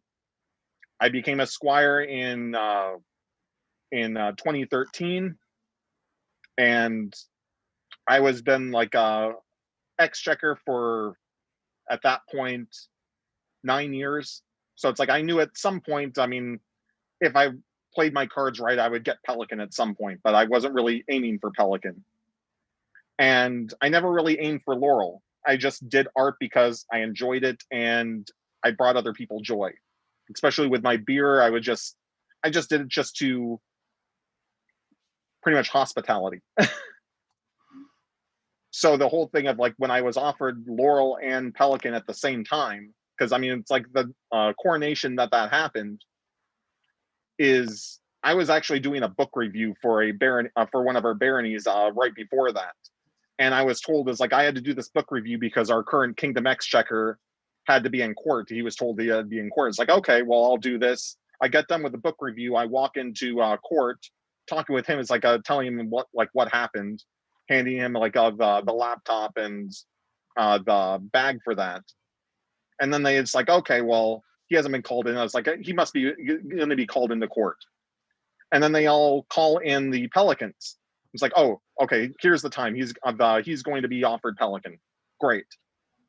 And then they called in the Laurels. I'm just like, what? Okay, well, like, and it's like they must be offering a couple, and it can't be him. And then they called my name, and I'm like, what the hell? So it's like, go up there, flabbergasted. I just remember just moving my feet one step at a time, just one forward, just kind of being pushed along. And it's like, okay, well, the next day I'm just like told, it's like, oh yeah, well, you're gonna have to wait on knighthood because, I mean, you're just gonna offer two peerages. You're gonna have to fit into those first before you got. Just like, it's like, that's bullshit. In my mind, I'm just like, okay, well, I'll just continue doing what I'm doing. But I mean, like, yeah, 11 and a half months later, I get offered knighthood on the spot. But or I got knighted on the spot, not offered. But yeah, no, I was just being me. And I mean, people said that that's actually inspirational. So it's like, I just continue to be myself and moving forward. So yeah, I mean, Neo himself, I mean, he was knighted before me, and he was kind of like inspiration to me just to kind of keep on pushing forward. So he's been a hero to me as well. So I'm not sure. Share, I mean, other people just exactly. Oh, you're gonna fangirl me? I'll fangirl you extra hard back. Yes. Yeah. This is how this whole situation goes. It's just fangirling over fangirling. Yeah. Helga? So I struggle with this question really, really hard, and I realized that I even selected this question. You totally selected this question. Yeah, and now I'm like, now you're like, shit, I got to answer it. What? I'm half a bottle of mead in, and I have to answer this question, which is bad. The first time I came to a realization that I was somebody's hero was both humbling and horrifying. Mm-hmm. For the sheer fact that I understand that I'm a very broken human. And so the first time I came to this conclusion or realization, I was almost panicked in that I still wasn't embodying who I was and like what I was. And then I felt like I needed to be up on a pedestal, and I needed to be better, and I needed to be more correct, and I needed to be more that idealized hero. And so that first time was I'm really glad that it became a humbling experience, because I realized that it can make me better, and it can make the next generation better. And this is where I'm going to have a completely egotistical, weird moment. So please hang on. Is that first moment of realizing that I was somebody's hero also made me realize that I needed to be authentically myself. Mm-hmm. And I needed to be authentically myself in both my successes and my failures. Because if I was not that, I was selling them a lie. And if somebody put me on a pedestal, I didn't have to become that idealized version of myself. I needed to actually knock myself off the pedestal and be like, nope, your hero still has very human moments where I'm not correct, and I'm not authentic, and I'm not some idea of perfect. I'm very flawed. Mm-hmm. And so the first time I became somebody's hero and realized it was horrifying. But applying our current version of humility actually helped a lot, because by applying that virtue and that idealized version of humility, I also said, cool, I can be your hero, but you must also understand that I am a flawed thing. And if you can accept that flawed thing, then yes, I can continue to be your hero. But if you cannot, you've actually created a fictitious idea of me. So. Well, I mean, It's weird. It's really weird. It's the first time it happened to me, I don't think it was actually in an SCA context. I think it was in my historical costuming world. And somebody came up to me and was like, oh my God, I love you. You're amazing. Like, you're everything that I want to be when I grow up. Grow up. It was an adult talking to me, but I want to be like you. I want to do everything like you. I want this to be like you did it, and da da da da da. And then, because I've had a very lengthy online presence since I was 15, since the same year that I joined the SCA, weirdly. So since like 1993, I've had a very significant online presence, and it picked up in the early to mid 2000s. So like, in the early 2003 to 2005, it kind of started getting traction, and I started getting name recognition and then face recognition. And then I would go to conventions and other types of events, and I would get people that would literally come up and just be like, you're amazing. I read everything that you've done. I've been following you since, 1997 and all of blah, blah, blah, blah. And this is me. Holy shit. Like, I mean, incredibly flattered. Yes, thank you. Also, you have no idea who I am. Like, you really don't. I could be a piece of shit, and probably actually am a piece of shit. And you think that I'm somebody you want to be like? Like, who are you? So what I had to do after encountering this kind of thing a couple of times, I started to actually be like, okay, well, there's got to be a gracious way to acknowledge that they feel something, like they feel a connection, even though I don't know who they are, but they feel a connection to me because I've been putting myself out there. And that's kind of like, that's the nature of, celebrity. Honestly, it's the nature of celebrity, is that you put yourself out there and other people have an emotional connection to you, and you don't know that these people really exist until suddenly they're in front of you and they're gushing over you, and you're like, but one of the things that I realized that I had to do was just to be like, well, recognize that they have a connection to you, that you put yourself out there hoping to make that connection, and they connected. And so in a way, even though you don't know who they are somebody that you're connected to, and to be gracious about it, and to just be nice and be like, thank you so much. Hey, if you're around, let's go grab a cocktail sometime and we can hang out. And then sometimes, of course, there are people that you run into that maybe you don't connect with, but they connect with you, and you just continually just be like nice about it. Just thank you so much. I appreciate that. I'm glad that you find what I do in helpful, or connects with you in some way. It's awkward, and it's never not going to be awkward. It's awkward for them. That's also the thing to remember, is every time I come up to somebody who I'm just like, I love you, and they're like, who the hell are you? Because it happens. I did that to Helga, for God's sake. She was like, when one of the very first times I ever spoke to her, or we ever had a conversation, I was just like, I think you're the coolest. And she's like, but yeah, exactly. So I know I come off strong in situations where I'm just excited about somebody and I think that they're really cool, and I want to just let them know that they're the coolest and go them. I don't necessarily need the reverse validation of I think you're cool too. It's mostly just acknowledge the fact that I find what you're doing really cool, and I want you to appreciate that as well. And it's hard. It really is hard to sit there and be like, thanks. That's super hard to say.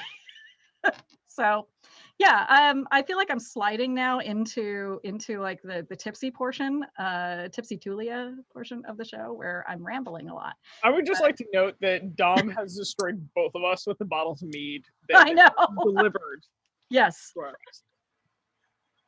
But also, I think I want to also add is that when we get back into a regular event going, and with the fact that the show has picked up traction, I do expect, there will be people that I've never met in my entire life that will come up to us and just be like, we love the show. It's amazing, blah, blah, blah. And thank you in advance. And I'm going to try to be cool. And if I'm not cool, at least take me aside and tell me I suck. So, because I do. Known world famous. But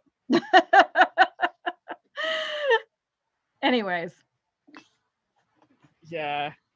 All right, so we're ready for the next question. Mm-hmm. Sounds good to me. So this one comes from Ghislaine because she just like threw down. She's for the always got these great questions. Like I think she just like has this great brain for like, here's this random question that's actually very thought-provoking. So What, is there a scent that stops you in your tracks in a good way? And it does not necessarily mean perfume, cologne, or anything. It can be whatever. Usually, I mean, for non-perfume cologne, just the scent of cinnamon. Ooh, I love cinnamon. But Vanilla. perfume cologne, Mhm. I mean, my lady's one of choice is like what I think it's called Black Phillip. Is just awesome. Is that a Black Phoenix alchemy? No, it's not. It's not. Actually, Eyvor was talking with us about it on the Discord. It isn't. And blanking on the name. I'm sure she will holler it from me. Yes.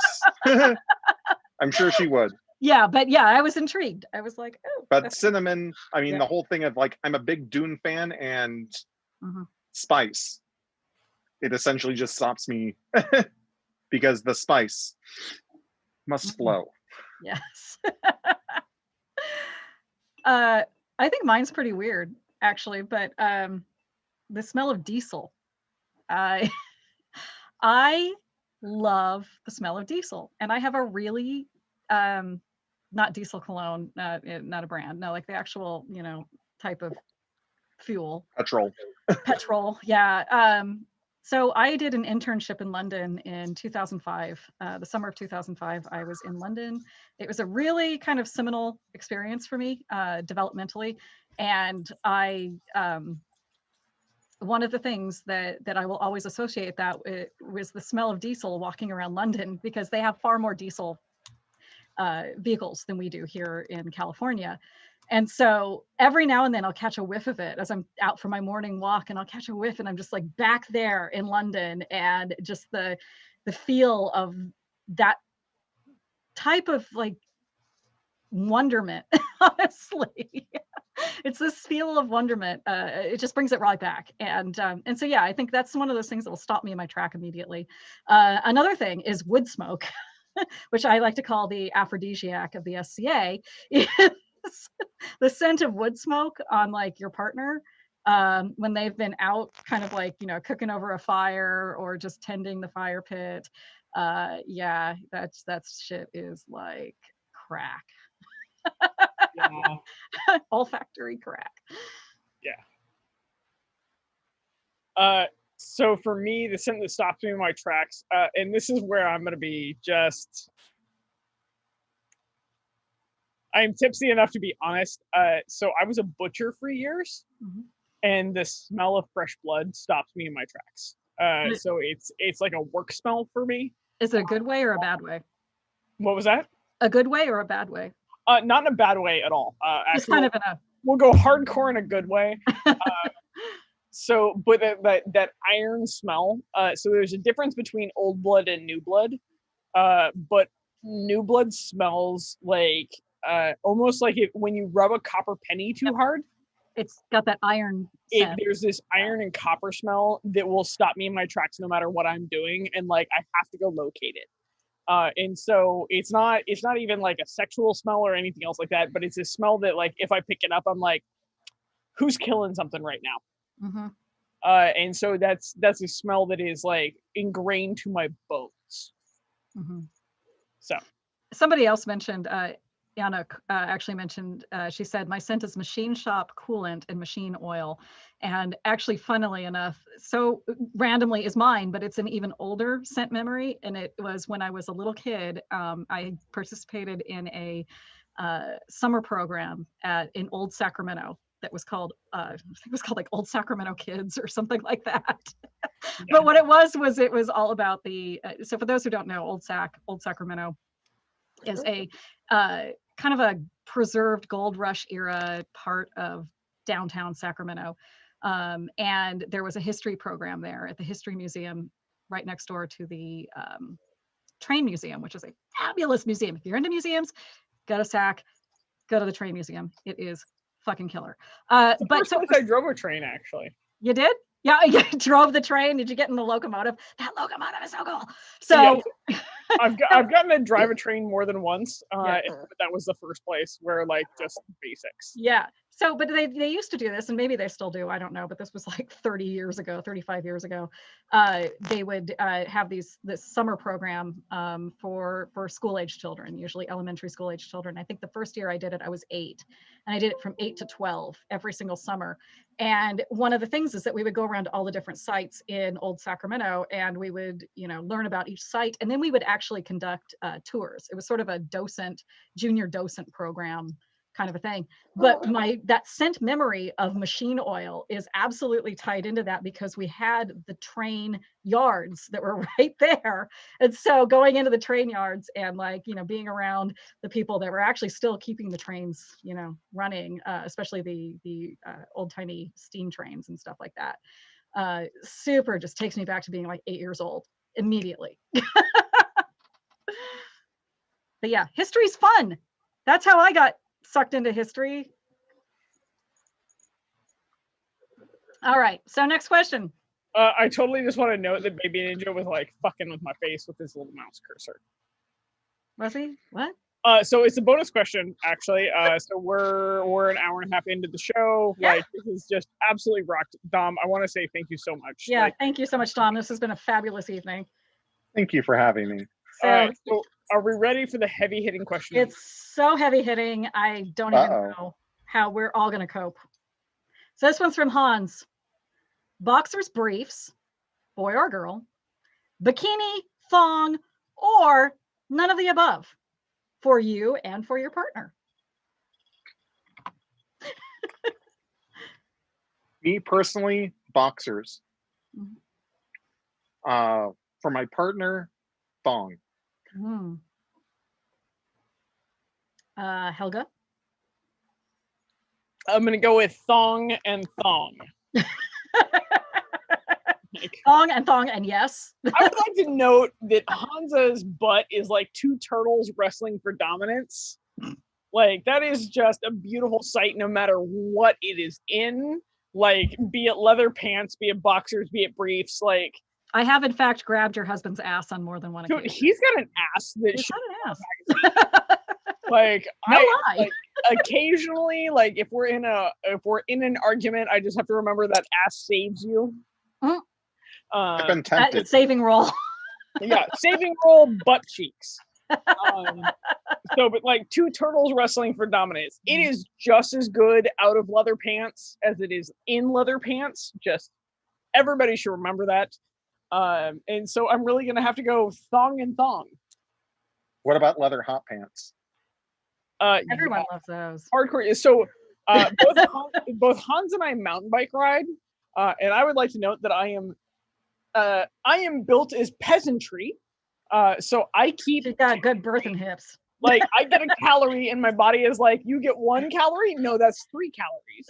And really that's calories all around your midsection. So it doesn't matter how much cardio I do, how much lifting I do, like what I calculate when it comes to like intake / like what I'm processing, it doesn't matter. My body is like, you're fluffy, bitch. Like, that's how that goes. However, Hans, at any point in time, can be like, oh, I stopped eating carbs for 2 days. And he gets a V cut. Oh, that's boys, though. That's the fucking Y chromosome. Yeah, the Y chromosome and like hard levels of testosterone. Fuck off. Powerlifting. Also, they get like the super long eyelashes and the perfect hair. But he has all of it. So, like, I'm just going to say that realistically, so I will even say on air that Hans is not a fan of thongs. He likes the bikinis or the briefs. But however, I'm a fan of the thongs because it's like 2 cantaloupes. You cut a perfect cantaloupe in half and just plaster it to a man, and that's what you're after. Like, he has legitimately the perfect ass. I do not. I'm a horseback rider. I'm a mountain bike rider. I am built like a brick shit. I'm like, if you turned a draft horse into a human and gave it a lot of snark, that's what I am. He, however, should be on the cover of like some fucking cover girl magazine. Like, no joke. He is fucking hot. I'm married way above my pay grade. And so like thong all the way, because that ass should be not covered by anything. So it's either thong or nothing for him. So to correct my answer, boxer briefs, not just boxers. Thank you. Yeah, so my answer is on my partners who have historically been of the male persuasion. Boxers or boxer briefs. And for myself, I'm going to go with bikini because I cannot stand a little piece of whatever up my ass. I can't do it. And I have so many friends that are like, well, the underwear is just going to go up there anyway. And I'm like, it's a whole lot different when it's just fucking there. I cannot tune that out whatsoever. It's either going to be that or nothing. So mine's really easy. Yeah. Also, whatever makes you feel sexy. Like, you're feeling like the mankini, like I can work with that. If you're into it, I'm game. I'm a team player. 100% would see both you and your man in like the bikini cut. He's got a really cute little butt cheek. Now he's probably turning bright red upstairs. He watches the show. Okay, so with that, we've been going for about an hour and 50 minutes. We did have a couple questions come in from the audience. Do you guys wish to keep going, or would you like to wrap it up? I'm Dom. I'm fine with keep going. Yeah, we had a couple of questions come in. So, Dom, one came in very specifically for you. Okay. And so it'll be interesting. So we can probably answer this in tiers, but it's presented for you. Mm-hmm. You have a unique insight into being both a Laurel, Pelican, and a Knight. What do you wish each of these groups understood about the other two? So one thing I wish the Knights actually understood is you can judge people not just on hard suit prowess. It's essentially, just the whole point of like, yeah, mods should have actually been Knights, but that's a different story. yeah. But the whole thing is like, Laurels, we judge on all different categories. Mm-hmm. So therefore, it's not just what you're specialized in, it's anything else that's art related. Pelican, same thing. Service is service. That's pretty much my take there. Like what I've learned, at least in circles, is I prefer the Knight circle just because it's straight and to the point, just because of that same focused mentality. But yeah, that's about it for me. So reframing this for Tulia, because you've been very close to Reigns, and so you're a Laurel, but you've been influenced by the other aspects.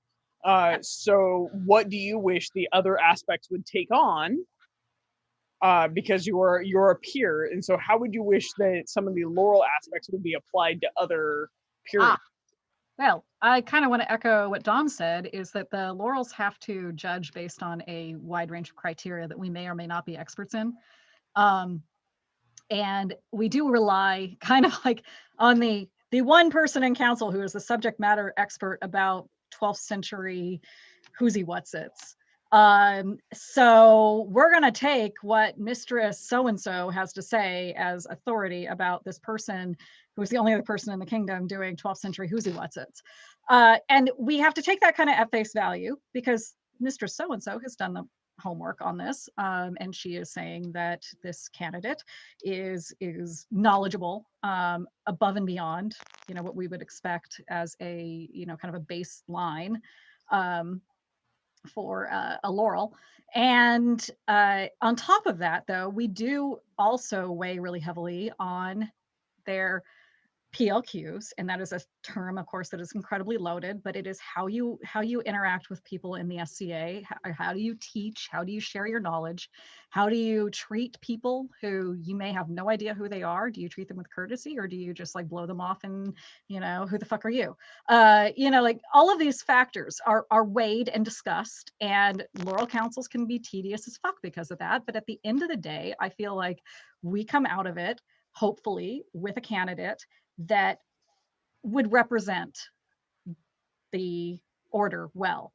I don't know, because I've never sat in any other councils, like what the process is for the knights, the pelicans, or the mods, but they're all, and I meant maybe the pelican is, I'm theorizing anyway, the pelican might be the closest in that sense, in which we're talking about a multitude of factors that can go into deciding if somebody is worthy enough to be elevated to the pelican, versus when you're talking about like kind of more defined skills. Do they fight well? Do they comport themselves as befits a knight or a master of defense? You know, like it seems like there's kind of less like gray area. Now, of course, I will say, I know a lot of knights and masters of defense who can argue all sorts of gray, fuzzy math kind of things about every little nuance of what it takes to become a knight or a master of defense. So maybe that doesn't actually hold true. But I will say that one of the things, the strengths of the Laurel in particular, and again, this is the only council I sit on, is that we are tasked. Everybody's dancing in the fucking, it's like Technomancer and Baby Ninja are just like cabbage patching while I'm speaking. Okay, whatever. Point is, it is something that is really fucking distracting, and now I don't even know where my point was, because I have ADHD and you guys are not sympathetic to that. I fucking hate you people. I really do. And by hate, I mean I love you. I hate you. But I will say that the Laurels do have the ability to discuss many different things that they may or may not be well versed about, and hopefully at the end of the day end up with a candidate that doesn't suck. Yeah. So to go off on when you were saying, Tulia, yes, like my first set of councils for Laurel and Pelican, I've actually, like, my first interaction with a circle was Pelican, and so that was my first there. And then it was Laurel, and then followed by Pelican and Pelican right after.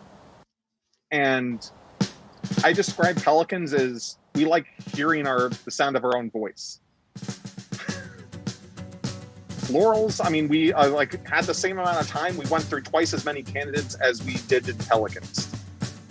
And then Knights was just more straight and to the point, and we went through even more discussion and finished early to drink. So did I completely miss the point of the question? Is that why everybody was laughing? No. Okay.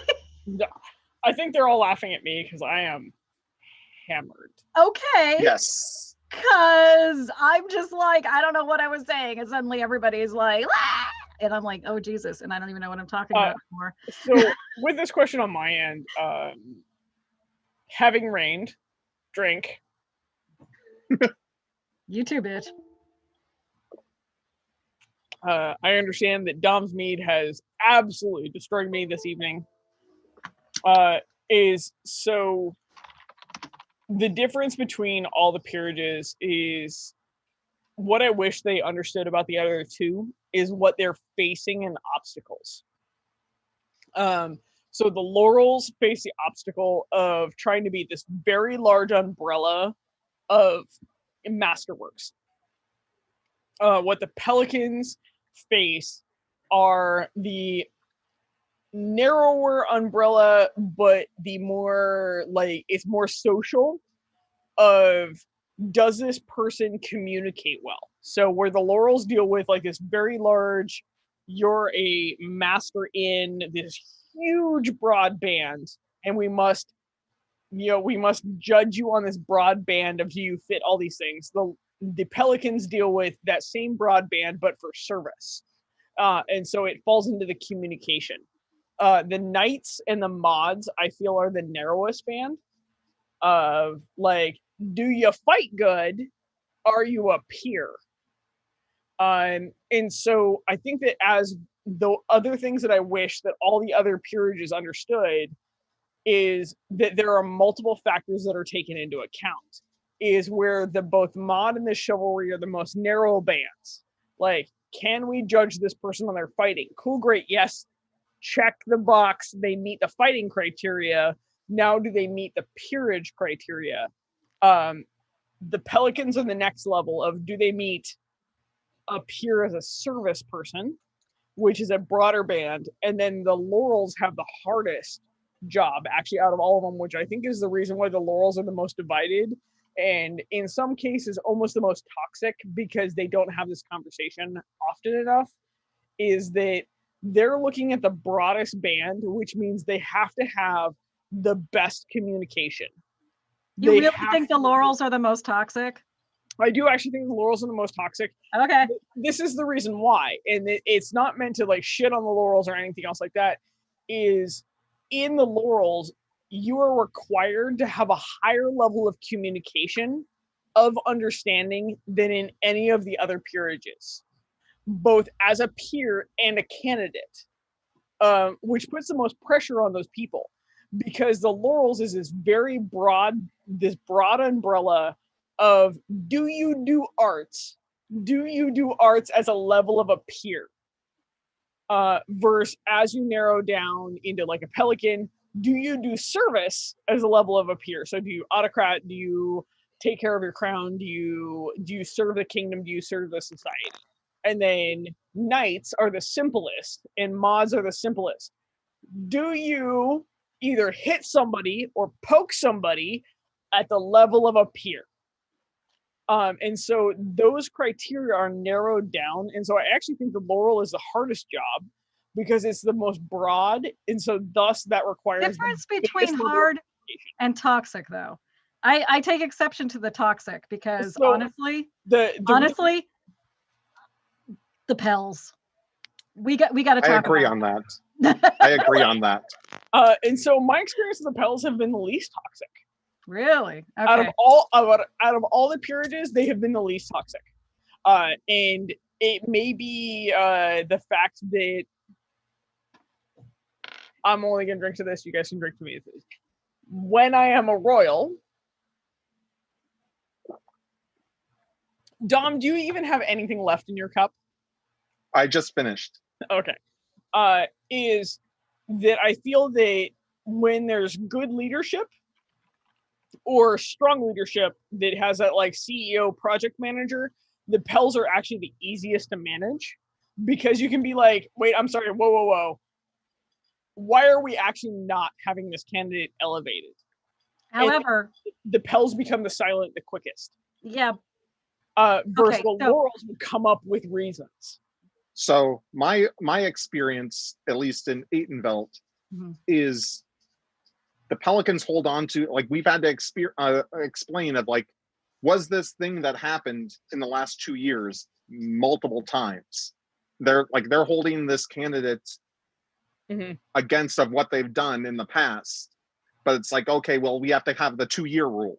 Have they actually done this in the last 2 years? And so in my experiences, that's the Knights in the West Kingdom. So my experience, only having been Laurel, is that everything else is just me from the outside observing. And I feel like there's a lot more questionable PLQ tolerated in the Pelican population than there is in the non-Pelican population. You can get away with yelling. You can get away with yelling at people and be a Pelican. Okay. You can't get away with yelling at people when you're anybody else. I will totally give you that, actually. Okay, so that's what I mean by we have now diverged into a hell of a conversation, and I would really like to have this hell of a conversation continued going, because I think that we have a very interesting continue doing right now. Yeah. So I will go with in the Pelican Council, I will say that yelling has to be seen as peer-like. Okay, I've actually experienced yelling to the point of them leaving circle. Oh, my experiences have been that in Knights Council. I've had more Knights walk out of Council than I've ever had Pels or Laurels walk out of Council. Yeah, it's like in my experience, the whole thing of experience-wise is Pelicans is the least favorable, in my opinion, to Knights being the most favorable. So, I've had the reverse. can I just sit in the middle and just say that I've been yelled at by far more Pelicans for just doing whatever the fuck I'm supposed to be doing, just because I happen to be in the line of fire at the time, and that's a real problem, and that should not be a thing. I will give, so I think that there's a weird scale out there of, so Knights are allowed to get away with misogynistic bullshit.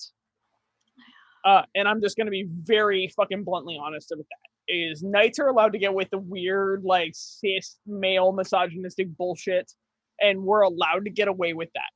Versus, I think the Laurels are allowed to get away with the feministic bullshit. Of like the Laurel itself is seen as a very feminine. You mean like the catty backstabbing, like mean girl attitude? That's expected. I don't think it should be. I don't think it should be. Like, agreed. And I think the Pelicans are that weird middle ground of like seen as that like bad manager, like idealistic of like we should be able to yell at our employees and get away with it without communicating our needs. I just walk in to a space where I am absolutely within my right to walk into a space, but there is a stressed out Pelican who turns around and just rips my head off for being there in whatever space I apparently was invading. And I walk away feeling very, very hurt about it. I'm not allowed to talk about it. No. Can you just bring me into that? Because I'm 100% one of those new age woke Pelicans. Like, I'm just going to put like all that in like big giant quotes. I'm also going to like lump Dom into that because him and I have had conversations about this, and Dom tolerates that behavior to like 0% fucking. And I think that that's a difference in the generational ideals of this. I hope it's fading out because it is a really shitty feeling. And this has happened to me as recently as like 10 months ago. Like, we're not even talking, like, I know the day because it was really fucking distinct in my memory of like, I was actually invited into this space that is not off limits for me to be there. And I went over and did a thing that I was asked to do by somebody higher ranking than me. But I was within 20 feet of a stressed out Pelican who saw me and just ripped me a fucking new one for just being there. And I had this, in that moment, had this, holy shit, I'm so sorry. Oh my God, you know, get out of there. And then I sat down and I thought, you know what, that is really fucking toxic behavior and that is not okay. But I've had that happen to me more often than not from a Pelican than I've ever had that happen to me any other peer. Sorry, Sarah's bitterness is coming out right now. No, actually, I think that you're correct. And I think that you're pointing out a behavior that we are trying to address as the next generation comes in of the entitlement of power. Yeah. I mean, and Dom, please speak to this. Like, I want to make sure we've got space in this. But yeah, no, it's like, I mean, what I was saying in my experience, the whole thing of at least, I mean, I've at least talked with people that had that like kind of experience that weren't peers that were essentially held out of peerage because of that. Mm-hmm. It's that whole 2-year rule. But it's the whole thing of at least experiencing in council. Pelicans, I mean, I view that as the whole, just liking to hear essentially themselves speak, and then the whole thing of like they keep on talking, and it's just the whole explanation of why we should hold this person out, even though that they're pretty much just like body of work is outstanding. But because of this one instance that they had a lapse in judgment, we're holding them out. And then that's what I was referring to. Some people, because of those lapse in judgment, just walked out of circle. Mm-hmm. Yeah. But like Laurel, like we've had the same conversation, same time limit, but went through twice as many people just because we weren't held up on those things. And then Night Circle, it's just the whole thing of like, oh, well, we discuss fighting, we discuss PLQs, we move on. Yeah. Yeah. And I think that's actually a protectiveness of power or perceived station versus actually like dealing with a Pelican or dealing with Laurel or dealing with the Knight. I think that when you are dealing with the people that are yelling at you about doing your job or doing the thing that you asked for, you're running into a person that is actually insecure. For sure. But it's tolerated. And I think that overall, as a peer, we Yeah. must understand that at some point we will be replaced. Well, and Yeah. one of the things I had to actually sit there and work through after this experience, most recent experience happened, was why didn't I stand up to that person at the time and say, look, I was asked here to do this thing by somebody else who had the authority to tell me to do it. Why are you pissed off at me for simply being here? You know, like that is the hard part about, you know, in the moment, my reaction was to tuck my tail between my legs and flee. And you know, and then after the fact wonder, you know, but I had every right to be in that space. Why did I get treated that way? And then if I'm a peer and I'm asking that of myself, you know, that's the question. If this was a new person who just happened to wander in, you know, Yeah. into the line of fire, why is that And okay? it's- Yeah. And it's probably the whole thing of like Yeah. the peer just policing themselves, as whereas knights kind of Mhm. knights and mods probably police themselves a little bit more aggressively. Yeah. Whereas Laurel's kind of do what they do, and it's kind of the in between. And whereas Pelicans just kind of be the passive. Yeah, and see, I haven't been with either, you know, of any other peerage, so I honestly can't say what it's like to sit on that council. I just say what it's like to sit on the Western Council, which I've sat on, and I just, you know, that's my experience. And to go with what Yanka says is, Night Circle usually has beer. Yeah. The Western Laurel circles usually have mimosas or, you know, Yeah. like coffee. Whereas, like, I mean, like when I was knighted on the spot, I had beer already ready. You're a smart man. So I'm gonna be terrible, and I'm gonna leave the camera to you two for a moment, and I'll be right back. Okay. No worries. Yeah, it is something that I worry about, though, is that the and I kind of feel that this is a thing, at least in the West Kingdom, is that that kind of abrasive behavior is far more acceptable in the Pelicans than it is in the Knights from the Knights or from the Laurels or from, you know, the mods or anything like that. Like if a Laurel like snapped at somebody, I would, you know, fuck off. We would be hearing about it like for days, for years, for centuries. We would be hearing about that one time that one Laurel was a bitch, you know. Yeah, But and I think the whole thing with like Pelicans and that as well, it's kind of going back to the point of kind of comparing themselves with what they've actually come up with to get to that circle. Yeah, It's like, I mean, it's like, what tribulations that they have to actually go through to actually get to that point. Yeah. And so therefore they're just bitter. Yeah, and that's kind of my perception too, but I'm not on the council. I just have a lot of Pelican friends. I know, and there's a lot of damage. You go through a lot of damage to get to a peerage. You really do. Like very few people get through this whole experience unscathed and then come out the peerage end without some sort of like, shitty stories. And I think a lot of that is because we are imperfect as humans. We suck at communication. We suck at identifying, issues or realizing when we're stressed out and maybe taking it out on the wrong person. Like all of those things are totally human, and totally go into, kind of the overall experience of reaching peerage. But yeah, I think we're human. That's it. Yeah, it's like, please, dear God, remember, we're just human. But also remember, we're dealing with other humans who also have feelings that are kind of like get hurt and all that stuff. Yeah. Anyways. Welcome back. Sorry, there was no surviving waiting that. Yeah, I know. I get you. Me of the small bladder, totally understand. Yeah. So I actually think that we've had an amazing show. Shall we wrap up? Sounds good to Sure, me. if you like. All right. Awesome. So I'm gonna wrap this show up. Dom, I want to say that you have been absolutely a delight. I want to thank everybody that has continued to submit questions to the show. You're the reason why, like, we have weird things to ask our guests. Jesus. Dom, you wrecked me. Like, I am just... You're welcome. It's the second time. I understand that, like, I'm fucked up because of your mead. I mean, there's always the story of the Utherbock, which, I mean, like when I brought the 10 gallons to the crown that you were knighted, and I was telling to Anton the story of the Utherbock, which essentially is I made the 11% Utherbock for Duke Uther because he wanted a beer for when he was camping with us at Roffenheim for Estrella that year in 2018. And then that Saturday night, the Scald night, I essentially just punched him in the gut because I actually had to ask him, is like, how many rains have you had?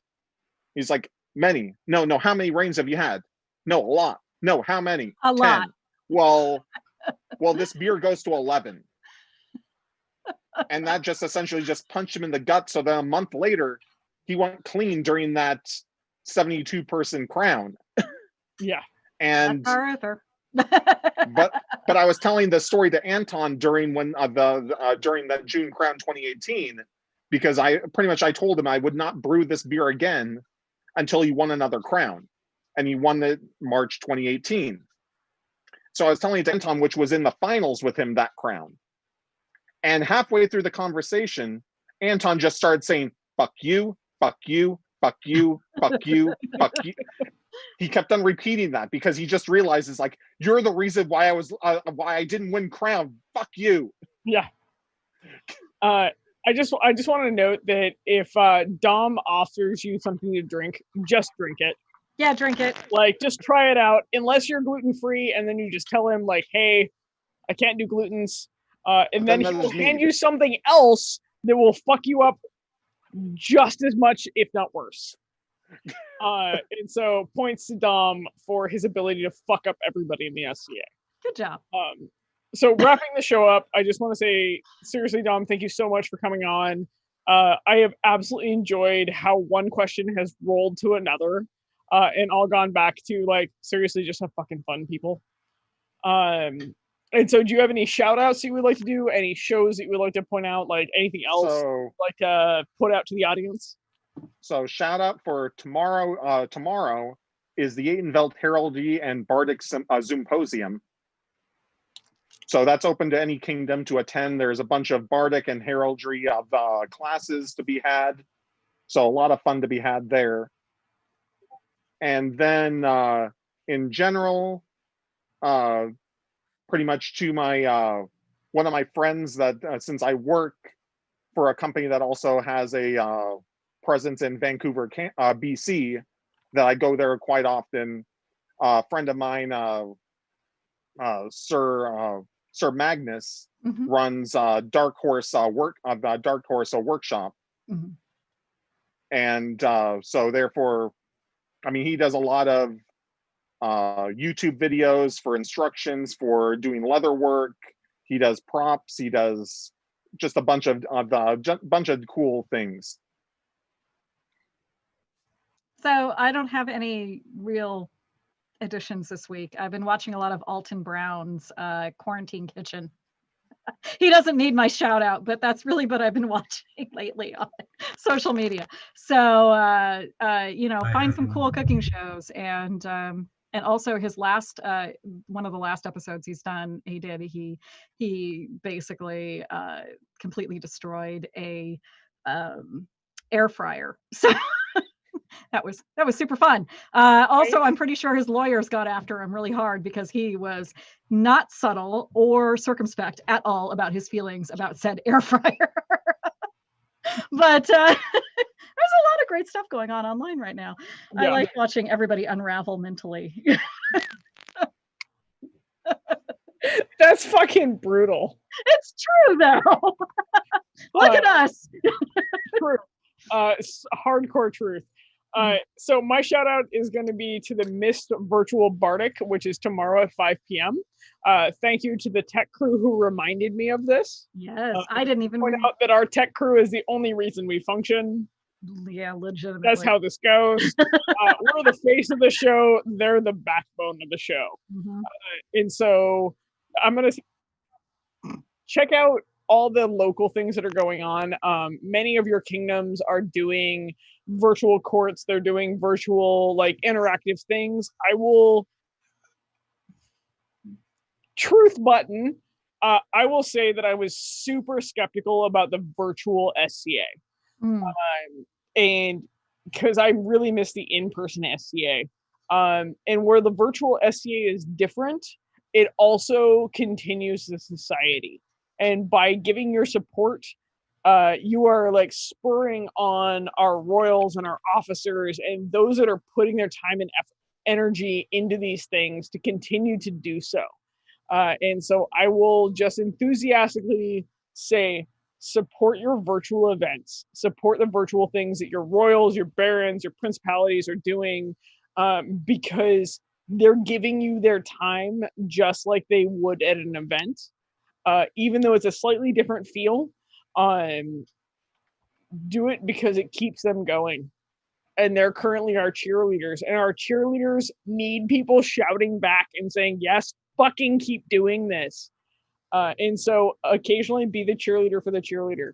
So Miss Burdick tomorrow at 5:00. Check it out. We'll make sure we drop a link on Between Two Peers, both on the Discord and the Facebook channel.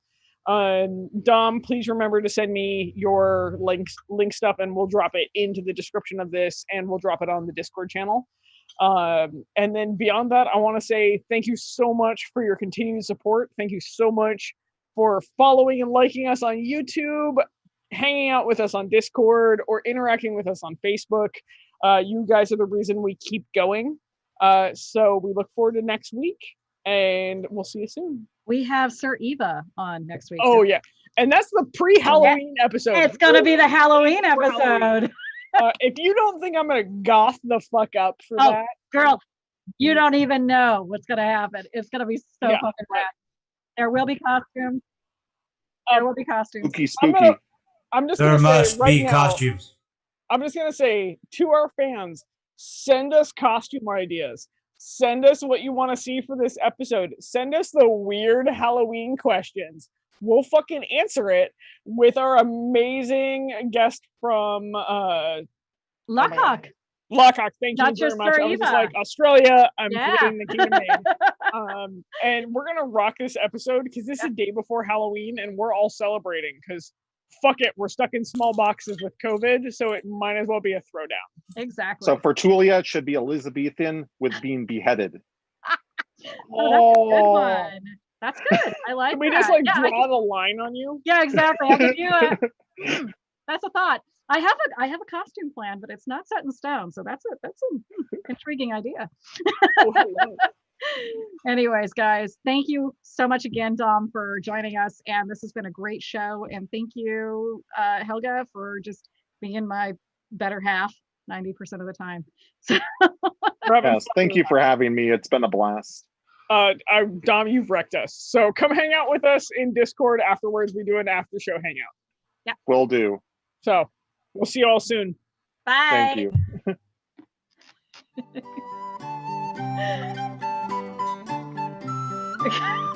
Baby Ninja.